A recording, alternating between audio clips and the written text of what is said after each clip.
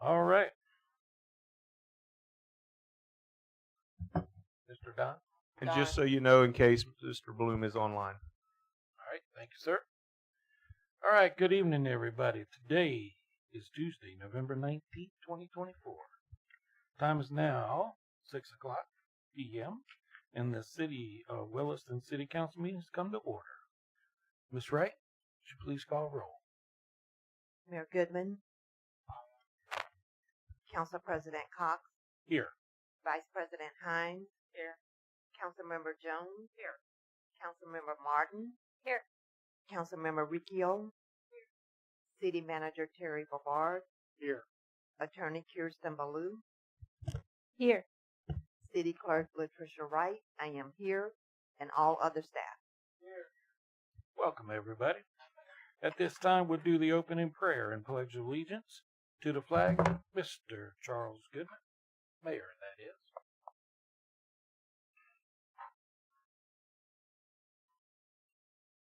Join me if you wish. Lord, we're gathered again as leaders of our little community. And Lord, we ask for your guidance in all that we say and do, for your understanding as we struggle through these issues that seem large to us, but I know to you are small. Lord, help each one of these council people look at the facts and help them to decide what they should do. It is in their hands, Lord, that we have placed these heavy burdens. We ask all this in your name. Amen. Amen.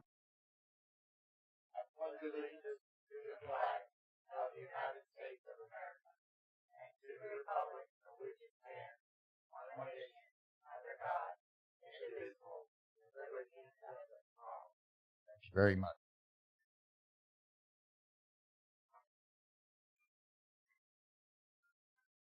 Okay. Item 1, addition, deletions, changes, and approval to the agenda. Can we get a motion?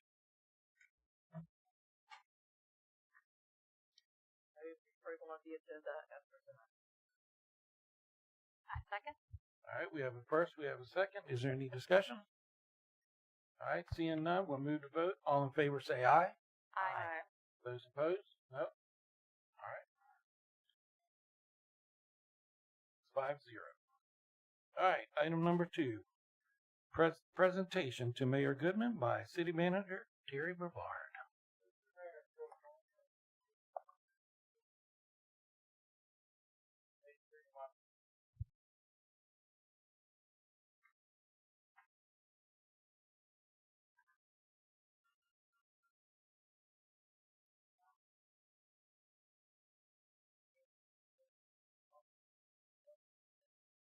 Got it? There you go. I think he does, Mr. Mayor, to be honest with you. So, I was given the pleasure of presenting you with the original first series of the class you went through with your emo with the Florida League of Cities. So I take pleasure again in representing the Florida League of Cities tonight and presenting you with your second series of accomplishment for the emo classes that you took. And it was in October, Altamont Springs, presented to Charles Goodman, Mayor of the City of Williston. Congratulations, sir.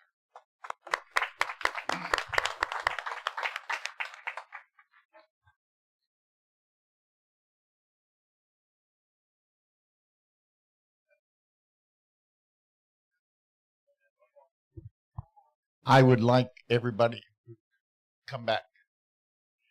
I would like everybody to know that I found these classes to be very helpful, and I recommend them to all council people and everybody that is elected. They are the Institute of Elected Municipal Officials. It's a good class. Thank you.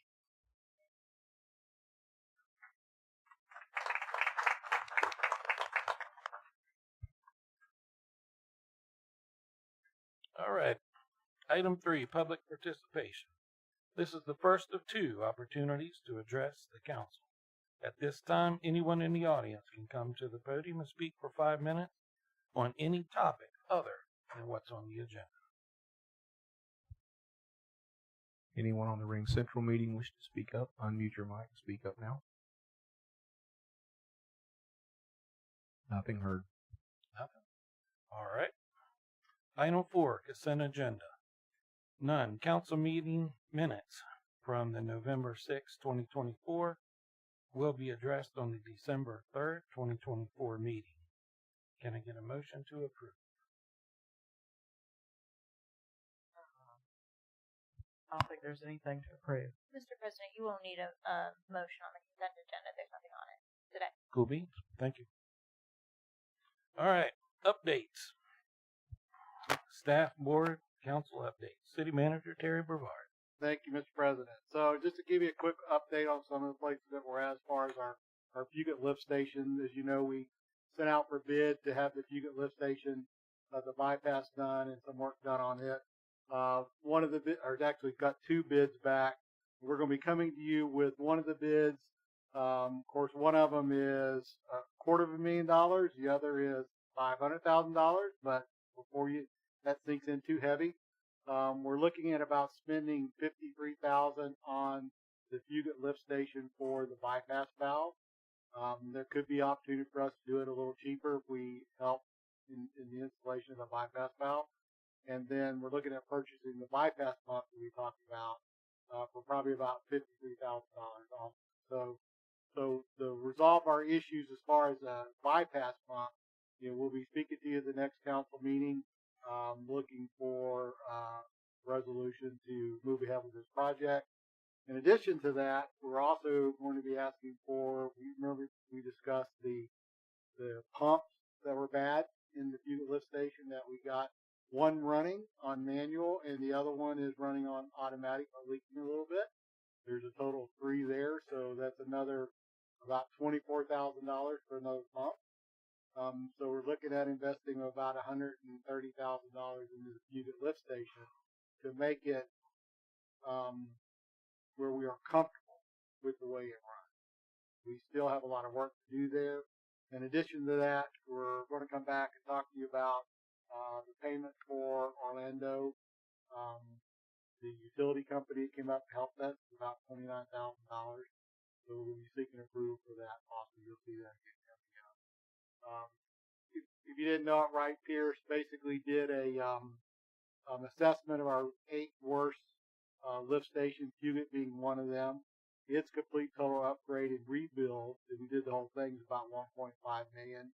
We're looking at about $3.6 million across the board for 8 of them that are really bad shape. Of course, we will be seeking the SRF funding.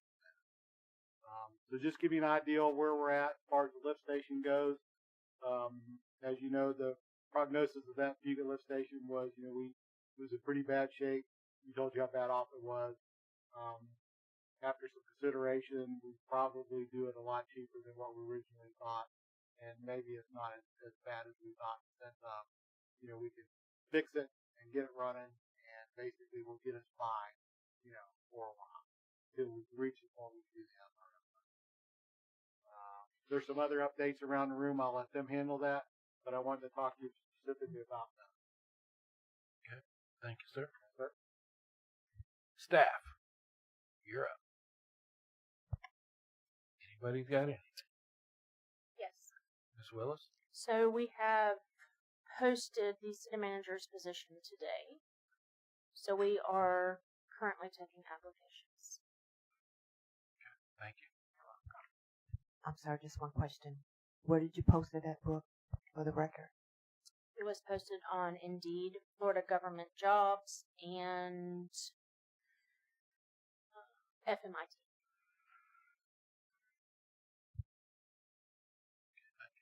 Anybody else? Police Chief Rose? Yeah, myself. Derek Williams, supervisor over streets and parks. We just made the change here. Harry made the decision to give me the position of over roads, facilities, and the parks. As of right now, I'm dealing with the light up Williston. Everything seems to be going as planned. I'm pretty much on schedule. I know that you guys, council looks for a pothole report. I have taken care of ones that seem major. We were kind of behind with the John Henry project, getting the fence in. That was kind of had to get that done. And then that fell in place of running into my light up Williston. So, I just want to let everybody know, once I get through this with the festivals, I'm looking after the first of the year, I'm going to just go full bore on these roads, the easements, and trying to get a repair. I did get asphalt drag box so I can fix the rough spots in the roads. I did get a mulcher drum. I'm waiting for a dump truck so I can run this smoothly with the asphalt. So if anybody's got any questions for me, feel free. Go ahead, Mr. Mayor.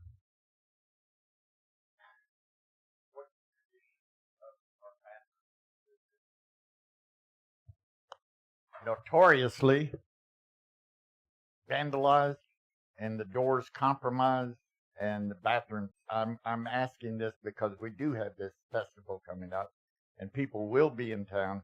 Are they currently all the doors operating in all the bathrooms on all the parks that have them? As of right now, for Heritage, they work there. We do have problems with some of the locks. They have to get replaced. But they do shut, as far as the locking mechanism, there's, I don't know which one it is. It's one of them's got an issue, whether it's male or female. As far as John Henry, that one there, as you see, we just went through the whole park. And I do want to give kudos to my crew and my guys. Jonathan and Donald definitely came up with plans. We are the ones that executed it and made it happen. So I really would like to give my crew a round of applause because we were really under the gun trying to get this set up for the city, for this, give them a nice park. The bathrooms were painted. We fixed the toilets. The doors are in dire need of replacement at John Henry. They're rather costly. So trying to find a, what do you want to call it? Not, I don't want to spend so much money on them. You know what I mean? So I don't want to buy a cheap door, but I don't want to buy a $15,000 door piece either. So we are looking into them. As far as Epperson, that one is over here where the cannon is. That is in really bad shape. That's another one that needs to get addressed. Needs to be worked on. And of course, we know with Cornelius Williams, there's been an ongoing grant with it. Whether or not they're going to move ahead with it, I don't know the dates exactly. We will keep them maintained, but once Cornelius goes under construction and whatever that's going to be, then there'll be new bathrooms out there. So I mean, as far as right now, John Henry toilets, there's water, the sinks, they work. Same thing at Heritage. Same thing up at Cornelius. Epperson, again, that one's it's bad. It's been neglected for a long time. So I did inherit a lot of this. And I do want everybody to know that I have full intentions of correcting this. It's just it's a massive job, very massive job, and I'm limited on guys that I have in my crew. So I'm gonna do the best I can with who I got, what I got, and try to give the public what they are asking for. Thank you, sir. So, just as a clarification, the only part that doesn't really need any fixing is John Henry. As of right now, we As do of right gotta, now. we gotta do something about the doors. But they do latch, they do shut. They're old. They're as old as the park is, or whenever the bathrooms were put in. I don't know what year that was.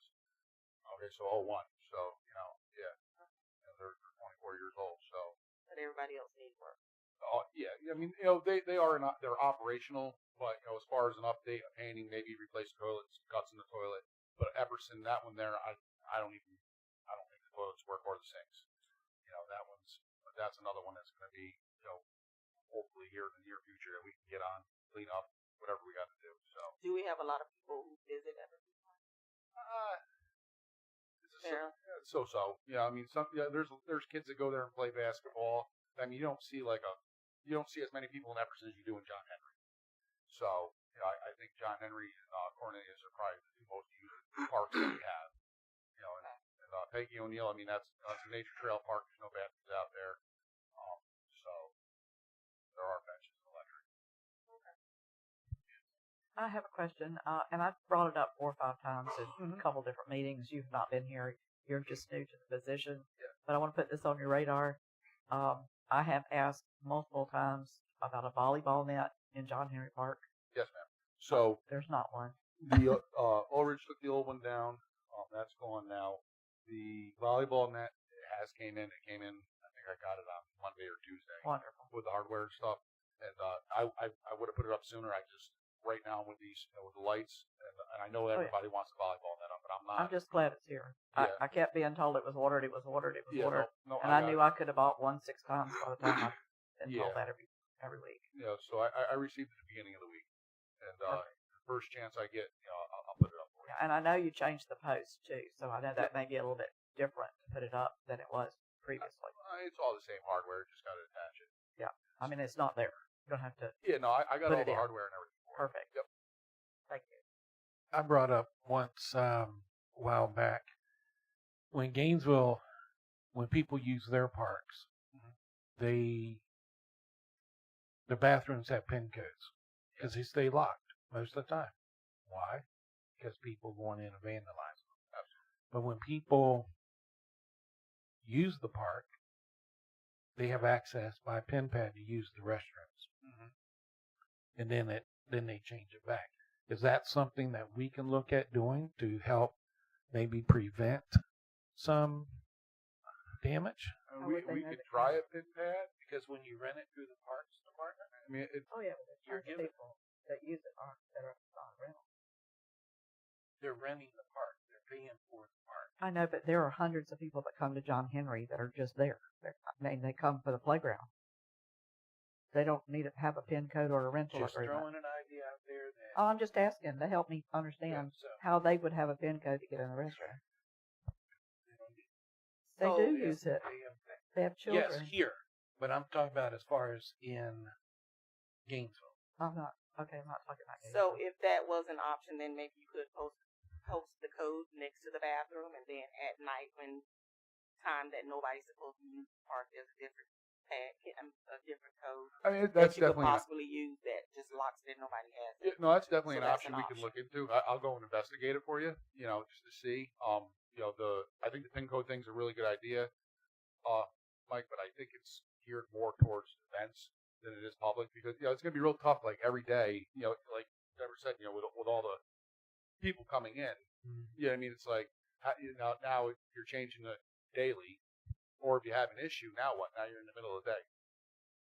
Yes, sir. We have the ability to put locks on there that would also have time lock available, like we have here. I was So sorry to say, Okay. during opening hours, the bathroom could be unlocked, and then after hours, it would just automatically lock. don't we already lock and unlock the bathrooms at John Henry? Yeah. Yeah, I mean, I see people there. They lock it every night, and they unlock it every morning. I see Okay, 'em but do we're that. also talking about how many times do you think you have to replace fixtures in a bathroom? That Depends on the could be the park. matter of 30 minutes or 30 days, all depending on who goes in there. Yeah, I mean, there's time. We did John Henry Park, and we went out there and got some vulgar language on the pickleball court that we had to go out and fix in less than a month.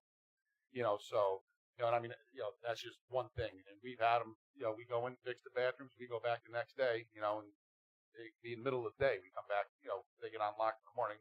By lunchtime, there's a toilet broke loose from the floor or a faucet broke, so I mean, it happens, it's Right. In my opinion, if you're going to lock a bathroom, you might as well not have a bathroom. Because people need it, they need it. And if they don't have the PIN code, they still need it. Well, true. I played softball in Gainesville in parks. You didn't have access to the bathrooms when we were out there practicing. I know, but I want people to have access to the bathroom, especially a children's park. well, It was again, I can look into the pin pad code and also have Aaron look into a timed, lock also. Just So, trying to prevent no, spending absolutely. a lot of money on stuff that we're having to replace time and time again. So it sounds like it doesn't matter what time of day it is if they're open in the morning and it's getting vandalized throughout the day. But it's an idea. Yeah. Here. Got anything, Mr. Aaron? The ultimate problem is even if you lock it with locks or pin pads, they're still going to destroy the locks and break in and do what they want to do anyway. So you're not really solving anything by locking the door. They're still going to break it. Then they're going to break the $800 door lock. They destroy the door. They'll just Well- beat it off with a hammer or brick or rock or. Again, you're better off just leave it open and have to fix the damage, or maybe look at putting hardened, stainless prison type facilities that they just can't tear up. or have a harder time tearing up, There's your That opening, Mr. Mayor. that may be your problem. You know, that we did look into a toilet that's stainless with a sink and everything built in it too. Also, we did look into something like that, but they're rather expensive. That was before I was here, in this position. I think they were like $8,000 a unit. So just for the toilet with the sink attached to it, like an inmate cell setting, it does have a toilet seat, so it's not totally, what I mean, they're rather expensive. I mean, indestructible, yeah, but costly, absolutely. Yeah. Thank you, sir. Yep. Council? I have something, President Cox. Yes, sir. Mr. Just Rose. to touch back on what he talked about, the stainless steel toilets are expensive. They're about $3,000. That's why I didn't replace the one in the police department. So we lock the doors at night. I like the idea of putting a time lock on it, but the only problem is somebody got to close it in order for it to lock, which is us. So we're talking about saving money. If we got to go close it anyway, we might as well just lock it and not spend the $800,000-$900,000 on door locks, and we got to lock it anyway. So that's just my opinion on that. Second thing I want to talk about is, once again, I wanted to give a shout out to the Women's Club for removing all of the narcotics out of the old hospital. Just the other night, we had approximately 5 people that were caught coming out of the hospital. And I'm thankful that Women's Club removed those narcotics out of there, because those kids could have got hold of it and we could have a worse situation. So I just wanted to give an update on that and thank the Women's Club again for doing that. And I reached out to the attorney to let him know about it, but he hadn't called me back yet. So, but we did trespass those 5 children of people from that facility. So that's my update. Thank you. Thank you, sir. Okay. Anybody else? Council.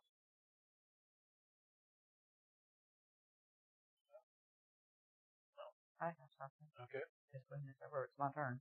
I just wanted to let you know that on our next agenda, we're hoping to have the pension issue about the comp time for us to consider. There is an ordinance. I have not seen it yet myself, but I understand that it exists regarding that. I have not seen nor heard, but I will find out by. I asked if before you the wrote next it, and meeting. I was told somebody else wrote it. I Okay. said, well, I haven't seen it, but I was told that it was available for us. I will ensure that I see it before it gets on your agenda. Thank you. Is it just on comp time, or is it for 30 years? It's a 30-year and out. Okay. Yeah, 30-year and out. Okay. Nobody else in council? Mr. Mayor. I know that this is a complicated thing, so I'm back with you. Just an idea. Yeah. I have, and I'm going to have it posted on my door, a thing to try to help encourage volunteerism in the cities. And there's actually a big movement about this, getting volunteers in the city. So what I'm wondering is, by my understanding, Chief, and feel free to correct me, damage to these things is a matter of cycles. And if you break the cycle, you should be able to put a stop to those that are doing it. So if, for instance, if we had volunteers standing at each park, seeing if any damage is being done for 1 month, at that time people would say, well, we can't do that anymore because they're stopping us. And it's just an idea for everybody's consideration. I know people are expensive. Obviously, it's expensive to replace all this equipment. And I'm not suggesting this is a cure-all, but it sure would be nice if we have volunteers for the city just monitoring the parks for damage for a while, a month. And I believe that would break the cycle, because these people clearly, according to what I've heard here, sitting here, they're on a routine basis now. They can fix them one day and they're tore up again the next. that means there's routines here. And if we could break that routine, I think we could put a quick stop to a lot of that. Thank you. Thank you, sir. Nothing else, sir? All right, item 6, new business.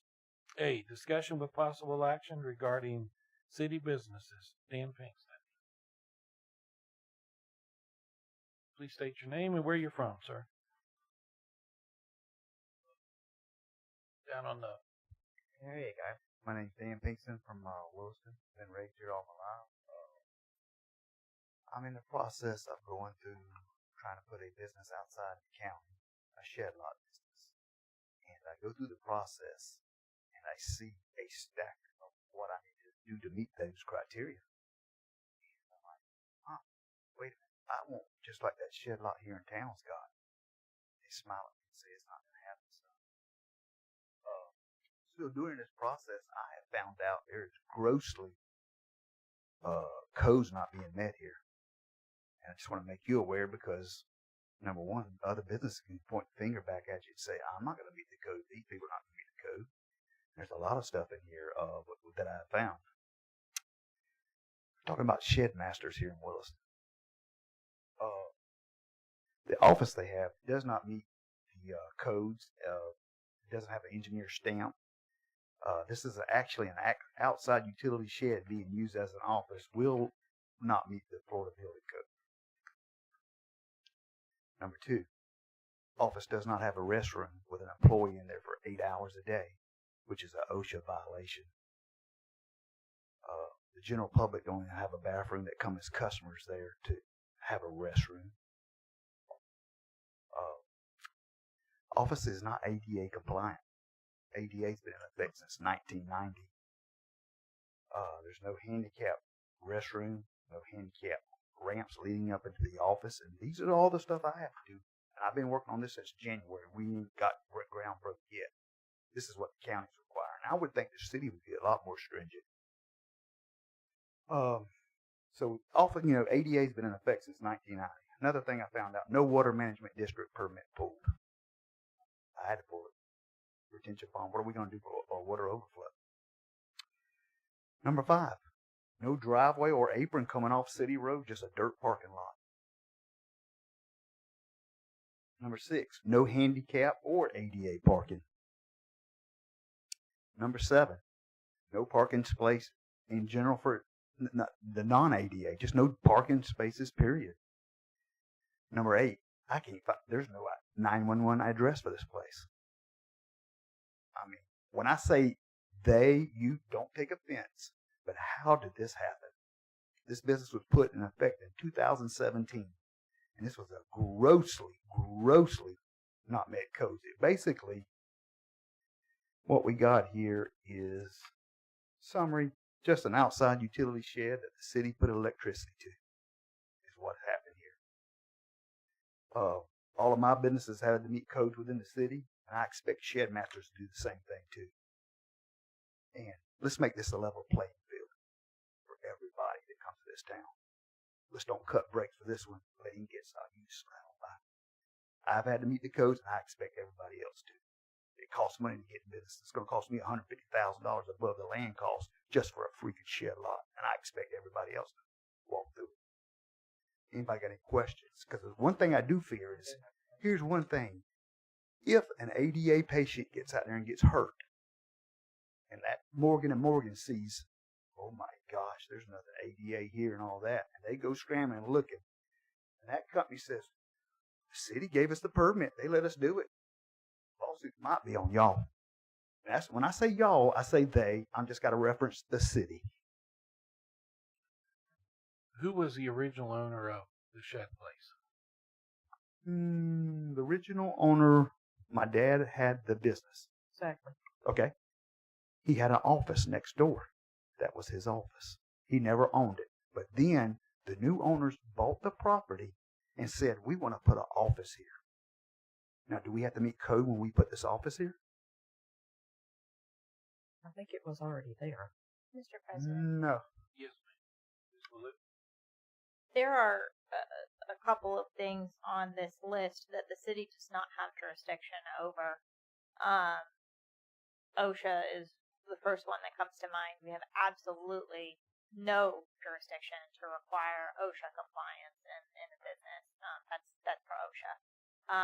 Now let me ask What you. I will Ask you real quickly. Is it Let her finish. Let her Okay. finish. Okay. in addition to that, there are vastly different, as I believe this council is aware, requirements for county code versus city code. So what I can tell you is, just because something doesn't meet county code doesn't mean that it doesn't meet city code, and vice versa. Just because the county has additional restrictions doesn't mean that the county is more insulated from liability for slip and falls or things like that, ADA compliance. I can tell you that we will look into what we do have jurisdiction over here, and we will enforce what we do have jurisdiction over, and I'll work with Dawn in order to get that done, but I can tell you that it won't be every item on this list. We do not have that jurisdiction. Can I say one thing? I guarantee you, if you look in the code book, ADA will be there. Yeah, there That are is several not- items on that the is list not a that city- we may have jurisdiction That is not a over. city or a county thing. Mr. Mayor? I believe that when Lennar subdivision wanted to use one of their houses as an office, they were denied until they made it comply with the codes for an office. That's in the city. We did it. Our utility department was part of it, but I don't know. I don't try to run the business, but I do know they had to do a number of things to make it comply with ADA code and to make it into an office on a temporary basis. They were clearly going to sell that house afterward. So I don't know. I don't quite understand how anybody can suggest that the building codes are not we have a building department. We have a codes enforcement officer. I don't quite understand how it cannot be the city's responsibility to enforce building codes when they are doing it at Lennar. For sure they did it, and a number of other places that I know of, but it just seems to me unfair to suggest that we don't have to enforce these things. We do. As long as we have a building department, it's not a county's building department, it's our building department, then we have to enforce the code. No one else will. Otherwise, it's a Wild West out there. Anybody can build anything that you... Well, it's just like with the Ivy House. Because of the incident, the fire, and stuff like that, now they have to bring that building up to code. The only thing I asked, So- let's go back to 2017 and visit that code that they were issued and permitted for. Mr. President. Who was issued a permit? So for? Who was issued a permit? Shedmasters? Okay, I think that business was there before Shedmasters bought it, though. Let's review it. Let's review it. Okay. I know it. I've been Was here it- a long time, just like you Okay, have, and okay. it was a building. It was a business just like it is now. Right. Before they bought it, Right. all they did was take it over. They bought it. They took it over. And where was that office at? I think they were doing business out of the same shed they're doing it now because I've been there multiple times. No, Deborah, that was my dad's business. He I sold realize them, that. And Excuse that was his me. mini And storage. they were using Excuse the me. office at the shed. At Mini the storage. Well, they were also using the one at the shed because I bought multiple things from them. I know the history there. The I signs. watched it all So, the time. Mr. Kingston, we appreciate you bringing this to light, Mhm. to us, so that we can review it. As our lawyer has said, she and the Don will get together. They will review it. They will look at what we can handle, what we can't handle, and we'll go from there. Okay. We appreciate it. Okay. And let's- doesn't it need to go to code enforcement instead of us? If it is a code enforcement issue, it I will mean, go it through the doesn't code need to be enforcement here. process. I brought it to code enforcement, and they said you need to come to the city council and address the city council. Really? Microphone. Microphone not. I mean, that was my first thought: is why is it here? Why is it not? The a reason code the enforcement? reason that she told him to come to the board is because basically they had a conversation, and the conversation was that if we enforce what he wants, we would shut them down, and there'd be a lot of places here in Williston that we would have to shut down.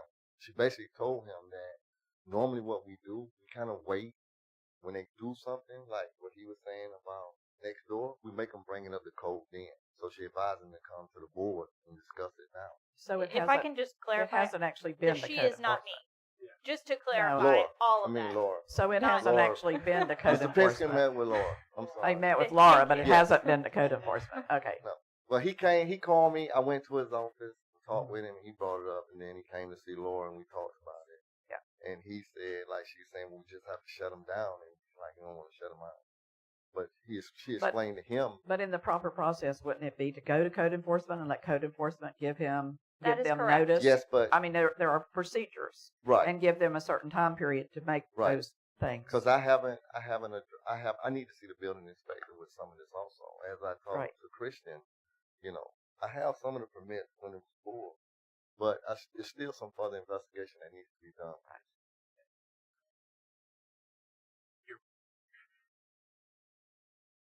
Any further questions?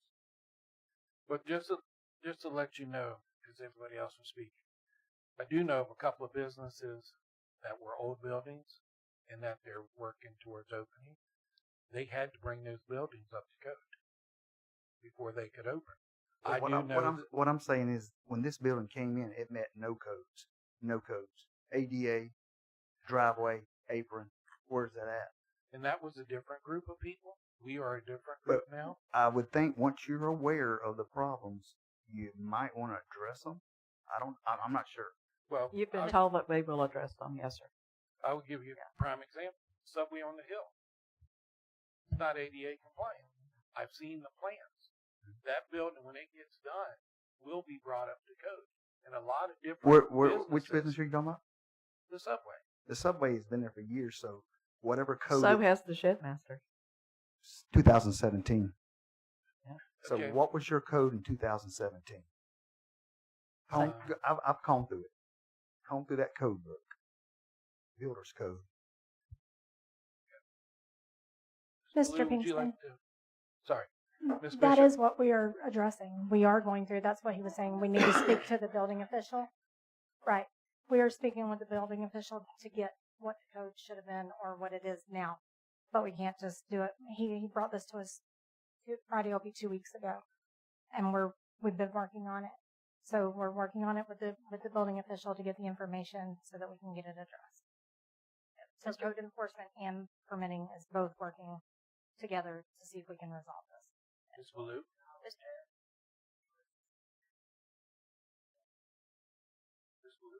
Mr. President, just to summarize, we will look into and see. We do not have sufficient information to say it did or did not meet code. It does or does not meet code. That is what we are working on. That is what we will get the answer to. And when we get that answer, it will go through the proper channel. I guarantee it. Thank you, ma'am. Got full confidence.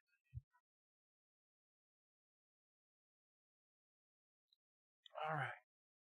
B, Resolution 2024-127, a resolution of the City Council of the City of Williston, Florida, approving the name change of the Williston Municipal Airport to Williston Regional Airport.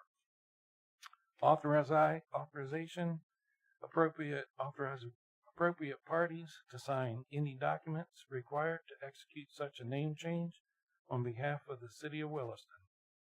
Directing staff to pursue updates to all areas impacted by such change and provide an effective date. City Attorney Kristen Baloo. I'll hand this to Benton if he'd like. Sure. As most of the council knows, we recently opened a new facility and it's labeled Williston Regional Airport. We became a regional airport in the eyes of FDOT in 2020 and waited for the appropriate time to actually, make everything right. Before this decision was made about the building, we spoke with FAA and they said that you have to kind of do it on the front side and then we go back and fix all of the manuals. So this is the first step of many to fix a whole bunch of publications on the FAA side. And that's pretty much it. It's just a little bit of house cleaning. Okay, so this isn't signage yet or anything like that. No, sir. I mean, the sign on the building says Williston Regional Airport. We are Williston Regional Airport, but as far as aviation maps are concerned, as far as aviation data on FAA websites and other websites, we are still referred to as Williston Municipal until we go through the proper channels and make the paperwork official through the feds. Okay. And this is the first step towards that. And we addressed, I know I brought it up in the past, about putting a tenant sign out by 121 in the road leading to the airport. We've talked about it with a few of the tenants, and a couple of them are interested and a couple of them aren't. And it kind of just comes down to funding. We've had some big projects come up that we weren't necessarily expecting. One of those was a roof on a building, actually 2 roofs on 2 buildings, and that kind of ate up some of that money. I think in the next 2 to 3 years we should be able to look at that again, given that we're still having decent years.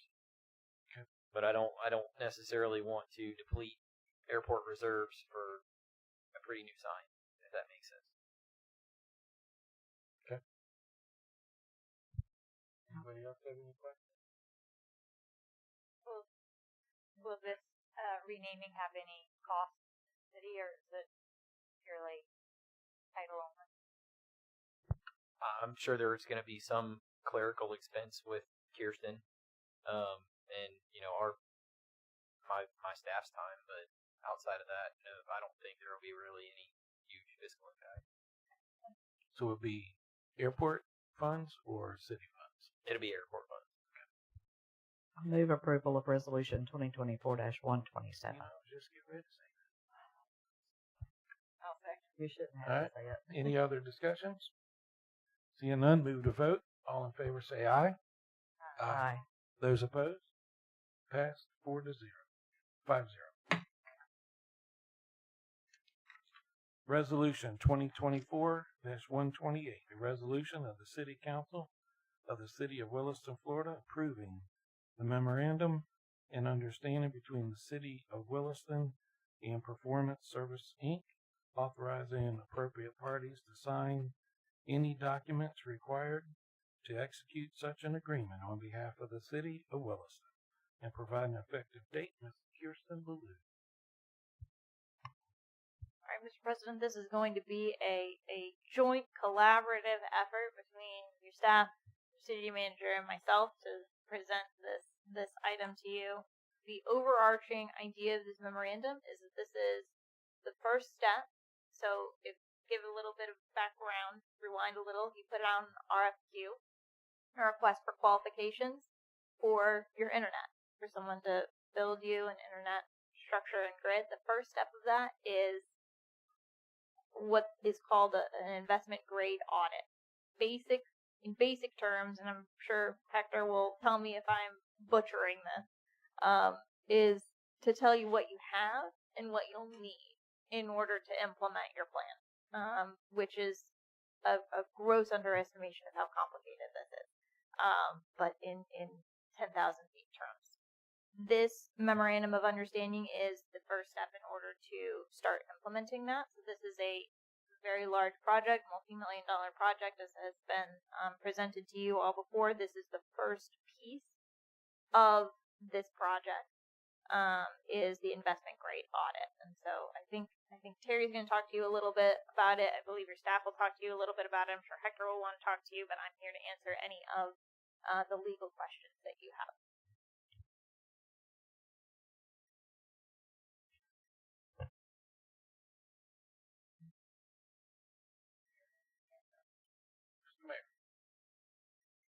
Mr. President, today I saw an article that Gainesville Main Street, and I'm sure you have not seen it because I didn't see it until late this afternoon, but it said that Newberry was trying to undo the interlocal agreement.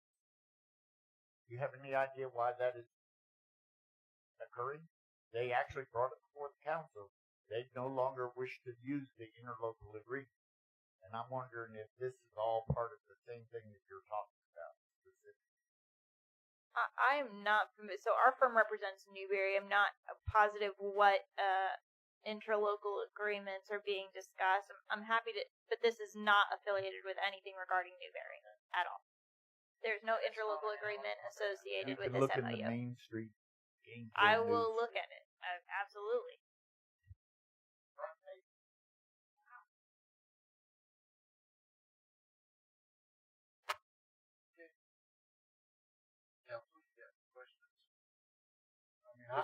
I would be more than happy to lead off a little bit. So probably,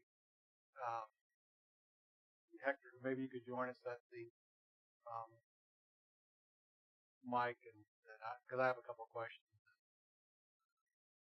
So maybe help me out with this a little bit. So when I got the actual MOU and looked at the price of it, the $256,000 it kind of surprised me a little bit. And maybe because I really kind of maybe misunderstood exactly what we were doing. I was thinking more in the concept of, the AMI, which the original performance grade audit or professional grade audit was more in the $75,000 range, and then we negotiated down to potentially verbally 50 and maybe 40. When I saw this, it was a considerable amount of money. I do have some questions on, and maybe you can fill me in because I'm just not familiar with LiDAR and what it does, and how important is the LiDAR study, the $172,932, important to the professional grade audit in the sense of ensuring that basically we will meet our targeted take rate for what covers in the Florida State statute, where we're looking at getting our return. Maybe you can help with that. I really don't know. Other than researching, I'm fortunate to say Google, I really don't understand what it gives you. Well, let me start with your lit community study research that was done. Came back to you with a lot of options, what you can do, middle mile and the last mile, which is what we're talking about here in that design slash engineering. So the project is a middle and last mile fiber. In your lit community study, there were several options or scenarios. The low end was to do we're talking engineering. That investment grade audit is really the engineering portion of what we're talking about. And in that community research that was done, the low end was $316,000 for the engineering. The high end was $356,000. So when I presented that number, in fact, I presented 285. Staff asked, maybe that was you, Terry, that asked if I could cut that down even more. So when we're in at $256,000, that's about $100,000 less than what that lit communities engineering study recommended or estimated the price to be. And that range was the low end for the first middle mile, 316. So just wanted to give you that range because we have, really worked hard to get that down to as low as we can get it. But there's just so much engineering involved when looking at installing fiber, far more than just the AMI, the water meters. That's why it's, the water meter project, the engineering on that would have been far less than what this is going to require. Now, I can't talk to you specifically about what LiDAR is going to do and how it's going to do it, but I did break down in that MOU exactly what those costs, where those costs are being allocated. If you needed that, I could have brought somebody to address that, but we tried to provide that information by breaking it down in that itemized cost structure that we have in that MOU.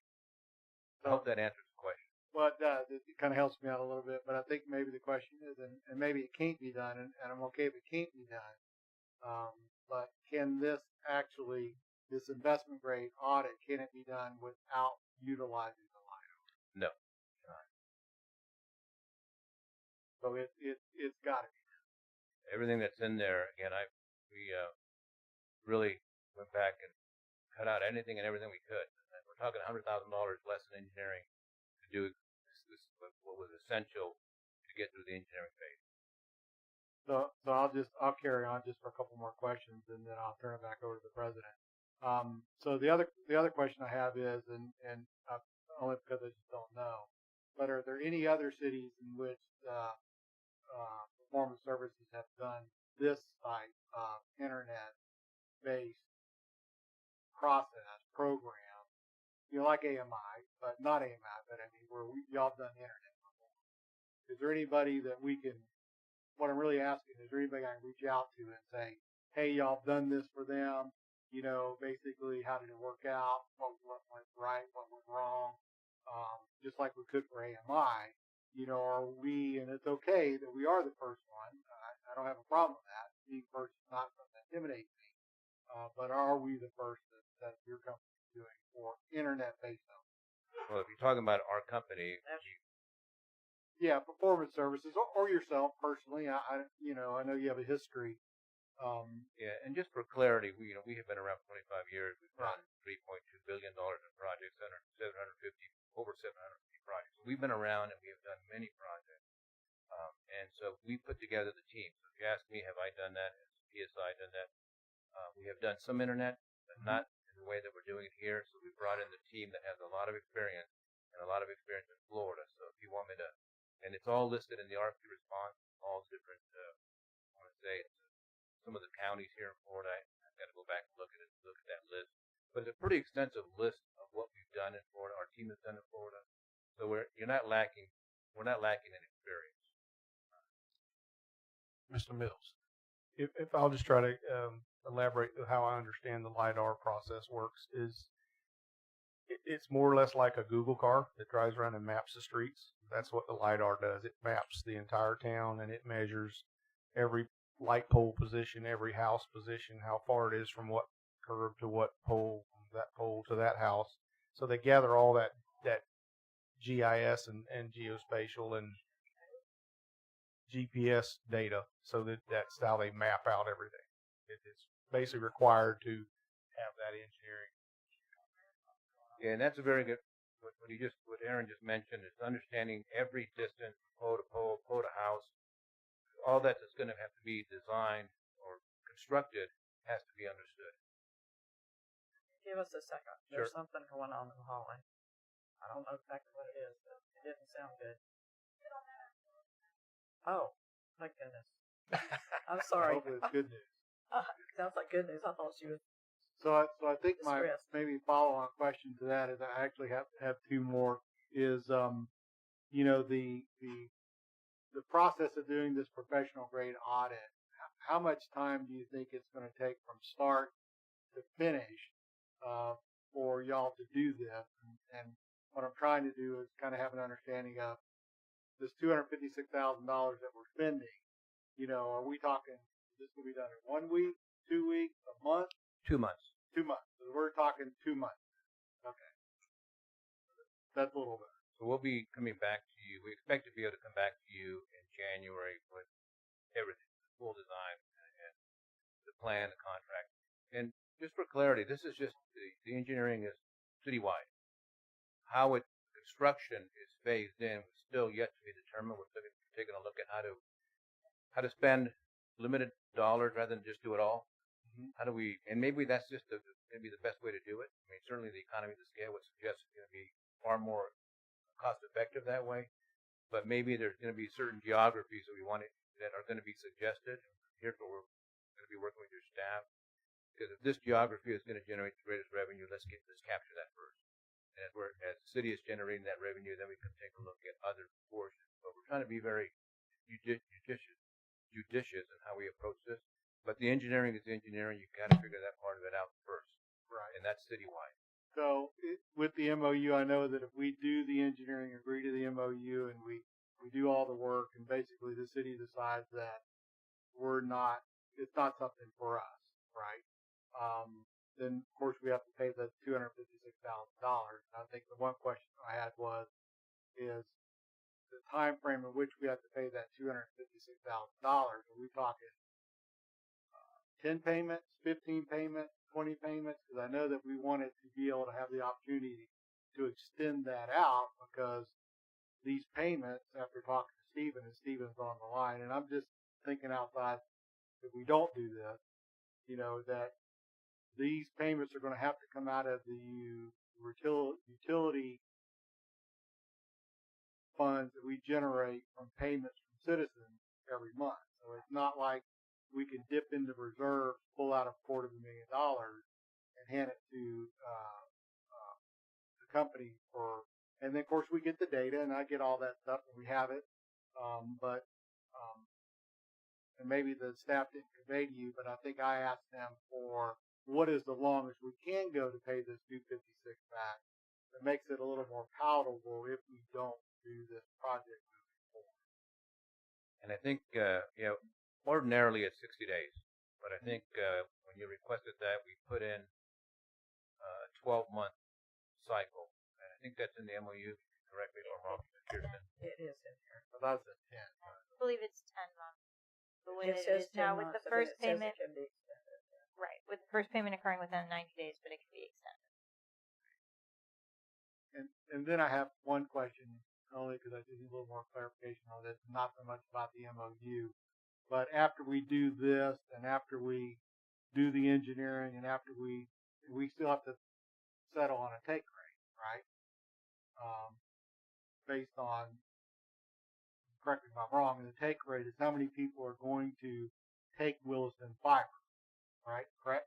And your staff's already working on developing that customer capture rate. So that'll be what we use in that cash flow scenario, cash flow. Well, what if we disagree on the take rate? It's going to be your take rate that we're gonna use. I'm not gonna come up with it. These are your customers. Whatever number you want to use or you feel comfortable using, that's what we're gonna use. Well, currently they're using 1,100, which I'm not comfortable with. We don't have a take rate yet. So what you may have is some cash flow example, but we haven't generated a cash flow. Again, we haven't even figured out. Are we doing citywide? Are we doing a geography? And all that's going to impact payment terms. So I'm kind of looking over the bow of the ship of what this would look like when we come back after we've done this. And did I get that number wrong, Mr. Bishop? Okay. So, I don't know that the take rate will be that high.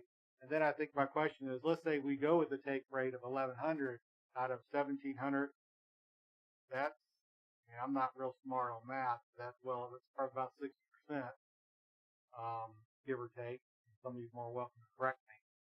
And then I think my question is, if we go with that 60%, and this is something I've just thought about, if we go with that 60% take rate, you agree to it, we agree to it, and then basically we sign a contract for this, we borrow the money, we put all the stuff in play, we get the system up and running, and then it's over how long that you have to guarantee the net return?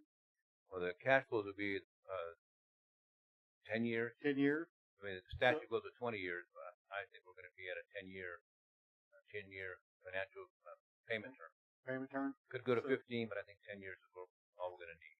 So let me ask you a question. If we figure on 60% is the take rate, and by some chance the city of Williston does a poor job of managing this, and we drop down to a 40% take rate, how does that affect our contract with you on what's required to be paid if we don't meet our financial obligations?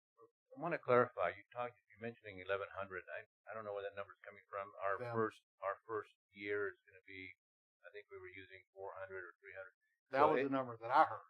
Yeah. At some point, you probably will get to 1,100, but we haven't determined when that number is going to be hit. But that's not the number we're using year one and year 2. At some point, you will hopefully get to that number. I like a lower number. I'm glad that you and I heard the same number, 400. Yeah, I think, just in that draft cash flow, I think the first number was in the original 400. document you gave us. Yeah, I think it was 400. Yeah, it's much lower than what you're describing. But just for clarity, and this is important, I'm not capturing customers. You are. Your staff is. They're already doing it. They've already got, as I understand it, commitments for them. So those commitments and those projections that your department is going to achieve are the numbers we're going to put in there.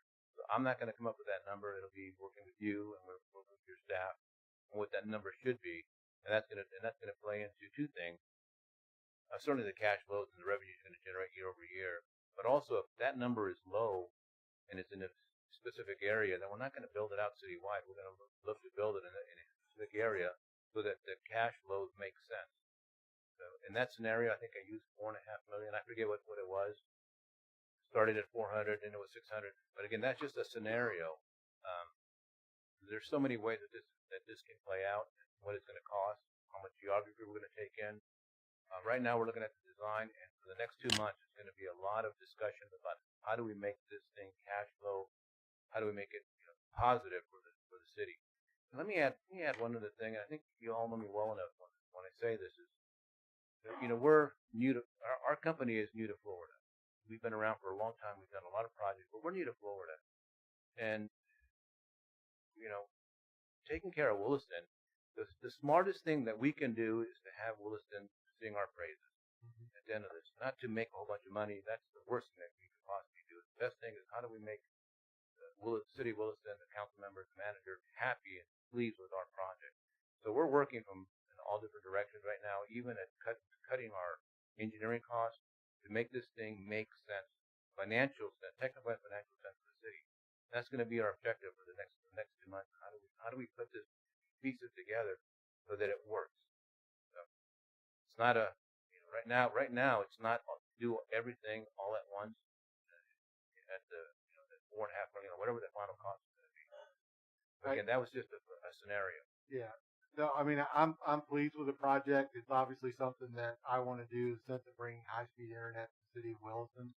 I think it is something that the citizens are deserving, without a doubt. I do believe that it divides us to the people who have high-speed internet and do not, who have not, who can go to doctor visits on telemed, who can't. I mean, it's a wonderful thing to bring here. I'm just trying to look further down the road more strategically of what it would look like if we don't do the project. We do all this work, we don't do the project, we have to pay the money. And I get that part. But it also, when I look at it, and I'm just going to say this, that if we agree to do this, we are committed 100%. It's the cost of doing the audit is such that it will, unless something drastically changes, will force us into doing this project, right? This is a lot of money. That's why I was curious about how would we pay it back. And Steven's online. He can answer any questions the council may have of where that funding would come from. Would it be something we could do without any issues, or would it strap, the agency? Would it be good for the city later on down the road? Nobody really knows. I mean, my concerns has always been the changing technology. I don't want to say a wild, wild west, but it is what people have coined the phrase a very noisy environment to be in. There's a lot of people out there competing. There's nothing we can do to really stop them from coming in where, we don't have a monopoly on anything, but you live in the city of Williston, you have to get our trash, you have to get our electricity, you have to get our gas, you have to get our water, you have to get our wastewater. The only other option is not live here. And I know we can price it. I get that part to a point where we be very competitive, and we don't have to make money the first 5 years, right? We can price ourselves to the point where we will just make enough to pay the bills and be competitive enough where people will switch from their market to our market as we move forward. But I just want to plant a few seeds there. I want to have this discussion. The take rate was something that you and I are on the same sheet of music. I really didn't like the 1100.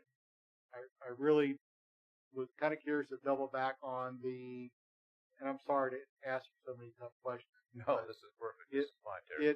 But I think it's the questions that they want to hear too. But, if we decide on that 40% take rate or 43% take rate, and for some reason 5 years into the project, the city is back down to a 23% customer base, what does that mean to the contract that we later on sign, in the sense of what do you owe the city if we're not making we don't make our money?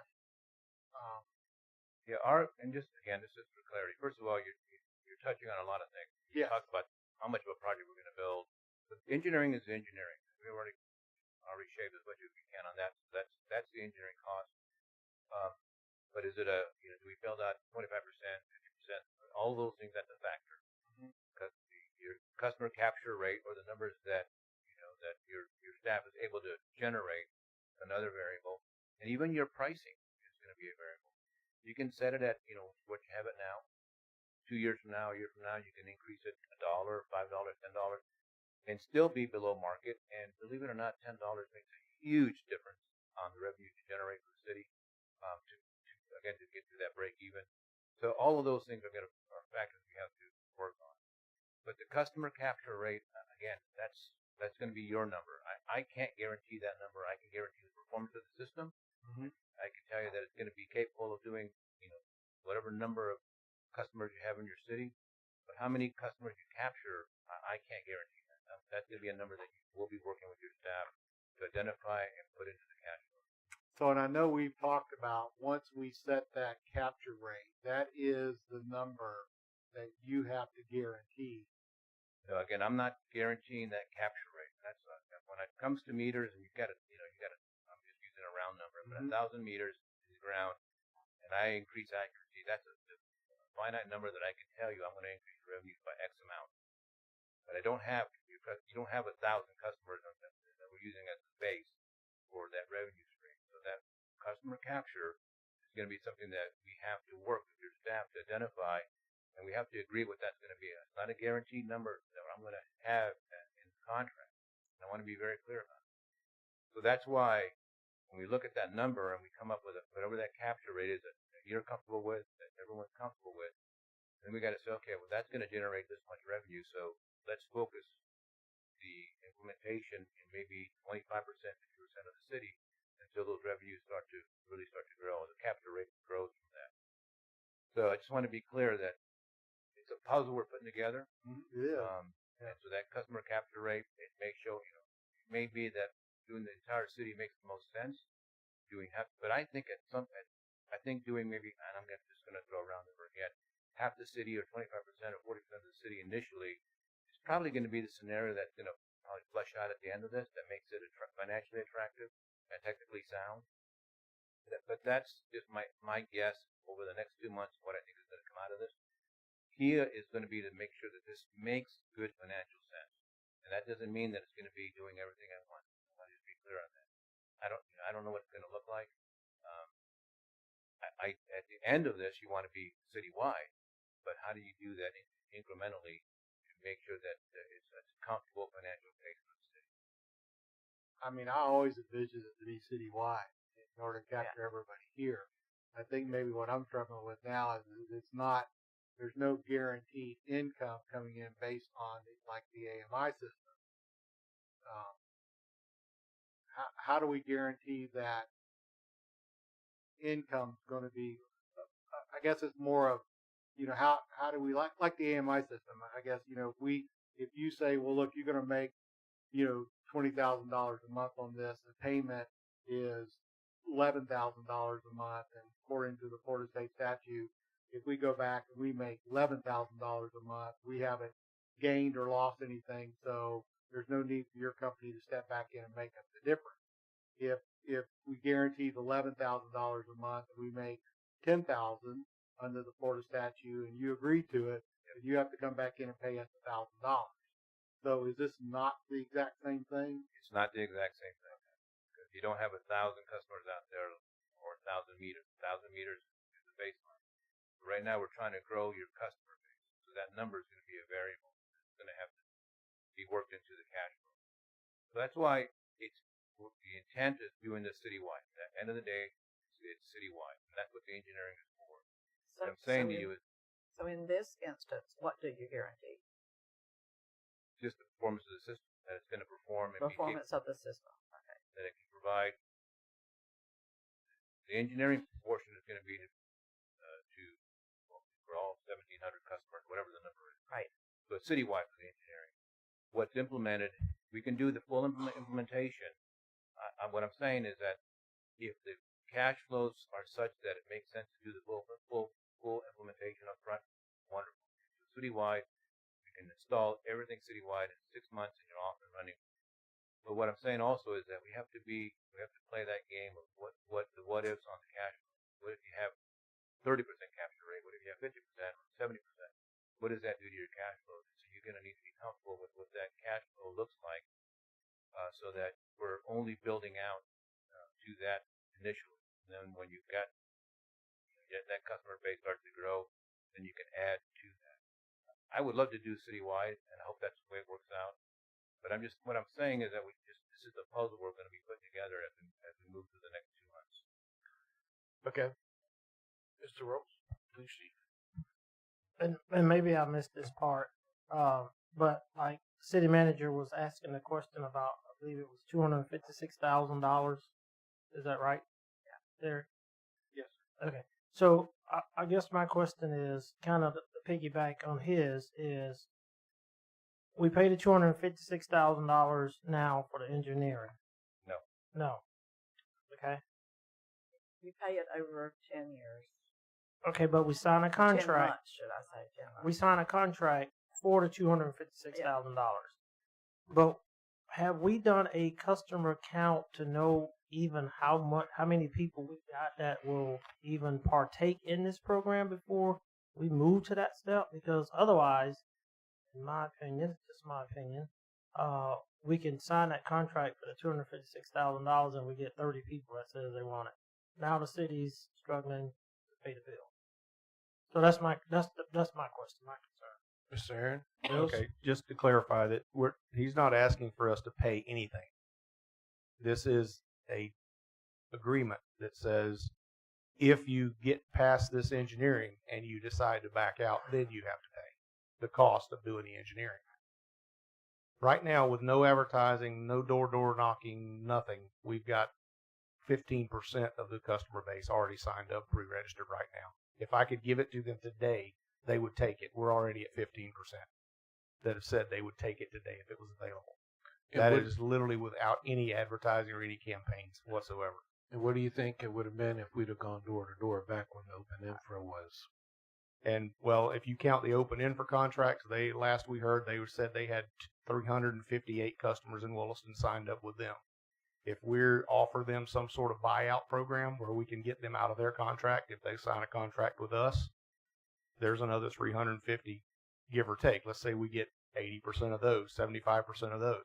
Call it 250. We're almost at 400 people if you count that amount. We're currently negotiating with the RV park, but that may have changed from what we talked to them last. Last we talked to them, they wanted to be out of the internet business. That's in their off-season 200 customers that we didn't even include in our metrics. In this peak season, there's 450. That may have changed. May have decided maybe they want to just purchase wholesale and distribute it themselves. So we don't know yet how that's going to go. But I can tell you from being here and doing people's internet around this town for 30 years, everybody here that has CenturyLink DSL will switch to whatever we can give them, which is literally everyone. The business customers that I know that are already on fiber from CenturyLink or Lumen will switch because they're paying anywhere from $650 to $1,200 a month for their internet. Well, sure they would, because CalLink's going to go away and be replaced by this. So I have a question for you. Lay it on me. So, with knowing what it is that we want to, why have we not done any advertising to find out who is willing? Because we don't have a contract to guarantee. What am I going to go out and sell something like Open Infra and promise people something that I can't deliver yet? No, I'm not willing to do that. I want to wait till I have a guarantee that we are doing this. I want to wait till we have a agreement where we can offer these Open Infra customers a buyout. That's something we'd have to bring back to the council for approval. But I think it probably would have been a good idea to. We've already done that through the two different studies we've done. So what I'm saying is, what have we done? We've already done that through the lit community study, and all that was already been done. They put their campaigns out. They put all the studies out. They they've done all that. They've already shown that it is a viable business to do this. That's what their sole recommendation But was, that who we did they proceed do it with lit communities, with the customers. with our customers Yes. within the city. We didn't do door-to-door campaigns, but they did social media and website and whatever they did with their study. They did the study that said this is a viable solution. And it was a very And I'm saying to you, as a council member and a citizen, I have not seen anything. Nothing has come to me that I've seen. Because in we order for me haven't to been do a able to study. do that yet until we get something officially offered, other than we have put out on social media and Facebook the pre-register that's up on the thing here. We've got flyers at the front counter. We've put stuff in the utility bills. We, made these postings out that people have pre-registered. We did a thing at the Peanut Festival and, handed out these things. So, little flyers and stuff like that. So we've done a little bit. That's how we've gotten these names. But until we get something in, a guarantee that we are going to do this and you guys are committed 100%, we can't go out and solicit for them to actually sign a contract. Or if I have an offer or a approval process where I can say offer these open in for people and out, so they don't have to pay $500 to get out of their contract. If they sign a contract with us, for instance, we would pay their $500 for them as long as they sign a contract for us for X number of months or whatever. So we basically would be loaning them the money to get out of their contract, which is something that's done industry-wide in cable and internet services all over. But that's something that we would have to bring back to you guys for approval to be able to do that. So I don't want to go knock on doors without having that in hand. So if I knock on an open in for customer's door and he says, oh, well, I already signed this contract, then I have something to actually offer them, as opposed to saying, oh, sorry about your luck, walk away. Does that make sense?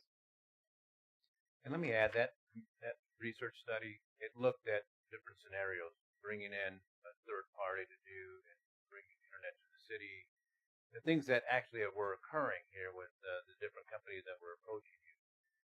What that study found, what it recommended, is that the best scenario for the city of Williston is for you to do exactly what we're talking about tonight. The best scenario was for you to own and operate your own middle and last mile, provide service to your customers. They found that was the most financially lucrative option for the city. And the other reason we're here is because all those other people were in here, knocking at your door saying, we want to provide fiber to the city, because they've already done their due diligence. They have found that this is a great place to do and make money. And so, you have opted to pursue going this direction, doing it yourself. I still maintain that this is the best financial option. I feel like for you. once they see us start building it, that they will all be on board. I mean, they'll be coming as fast as they can come. Once they see it actually coming to fruition. Yeah. And then just the last piece, whatever the cost of this is, whether it's 25% or all the entire city, and again, it's just going to be, we're going to have to juggle that as we go through this, because it is a chicken and egg scenario today. But once we get into it, you're right. I think people are going to start signing up, and that number is going to grow quickly. To Aaron's point, can't really advertise just yet. But I just think it's going to be, again, that you have people knocking on your door for a reason. And I know I like the way that the department, every step we take, every different thing that we've done, they've made that announcement that we've done that. And people are keeping up with that. From what I can hear, they're all keeping up with it. And the I have one question about the contract. If this is the time for that. Where it says, should performance services determine at any time during the investment grade audit that the project goals cannot be attained, the investment grade audit will be terminated by written notice from performance services to the owner. In this event, neither party shall have any financial obligation to the other. Correct. What exactly does that mean? If a month from now we're in development and we find that this is going to be, instead of $1 million, it's a $10 million cost, and there's no way that's going to have a good return on investment, that would be a scenario where we say this isn't going to be financially lucrative for the city. They're not going to be able to do it. Not going to be able to afford it. Let's just shake hands and walk away. And you don't know us anything, because this has to make technical and financial sense at the end of the day. And that includes the $256,000. Yeah. Yes, that you would not owe us a penny if we said this can't be done. Okay. That makes me feel a little better. Now, Mr. Mills and all them know I've been on board with this the whole time. I think it's going to be great for the city and stuff. But I do have a couple of concerns.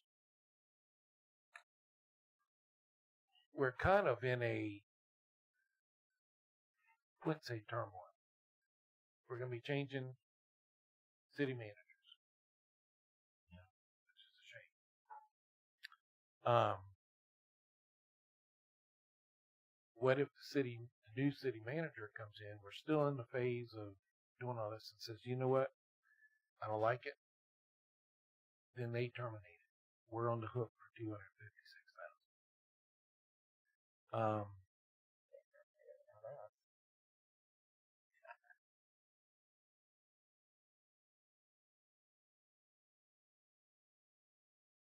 What if we lose people in the internet department and we're short-handed?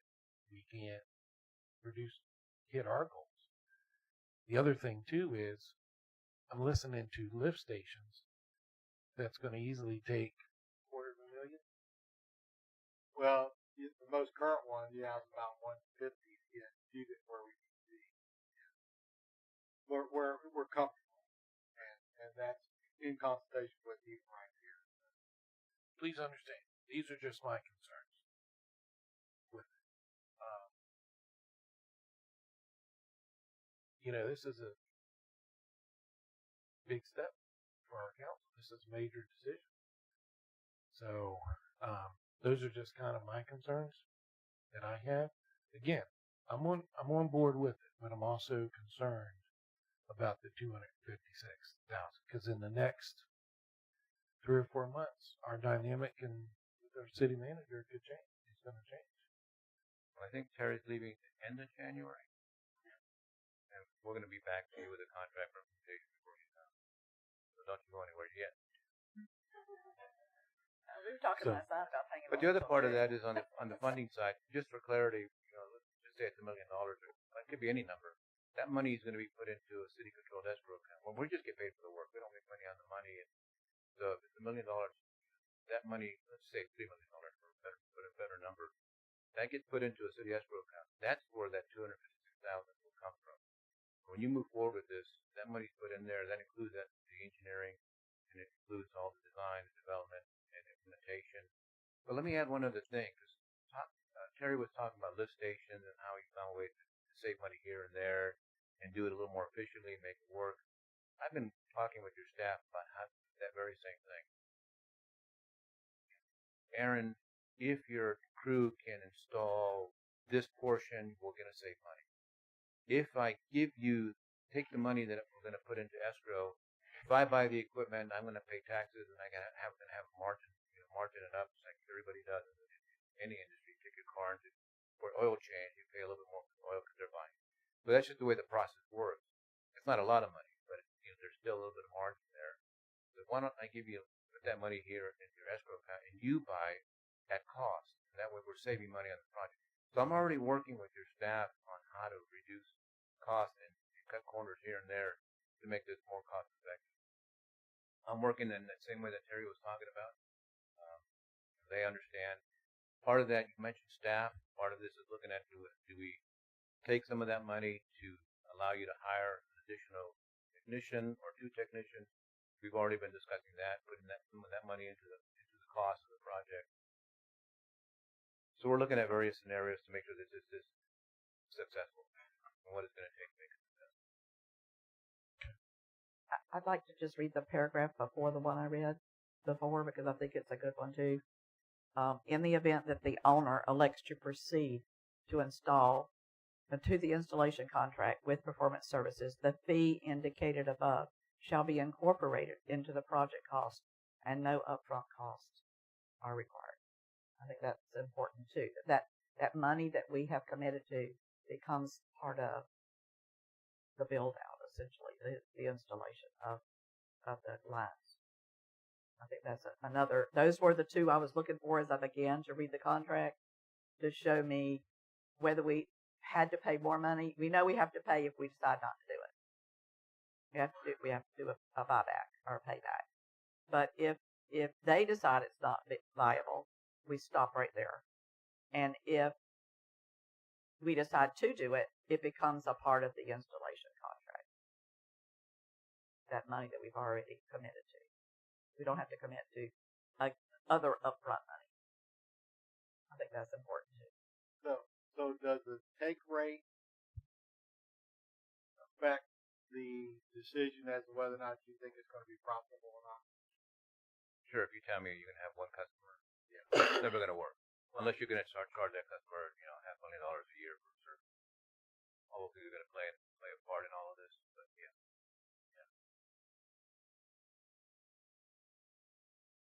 Which I'm glad it's not a lot of time. I mean, it's a lofty goal, but and keep in mind that nobody in Williston is bringing fiber to anything. I will remind you that Open Infra is not going to bring fiber to any business in Williston. They're only doing residential. So not that we would have exclusivity on them, but we will be the only player in town. And Aaron mentioned the buyback, and again, this is get into, we call it owner-directed allowance, put money in there, buy equipment, or whatever it may be. Maybe some little bit of money that put in there so you can actually buy out these contracts, so that we can make that cash flow more attractive, because now you got greater customer capture. But that's not a part of the 256. Oh no, this is just engineering. And I will say too, I've had conversations with other parties, as the mayor said. We had a lot of companies that were courting us at that time. I've had conversations with one of them who had, let's just say it.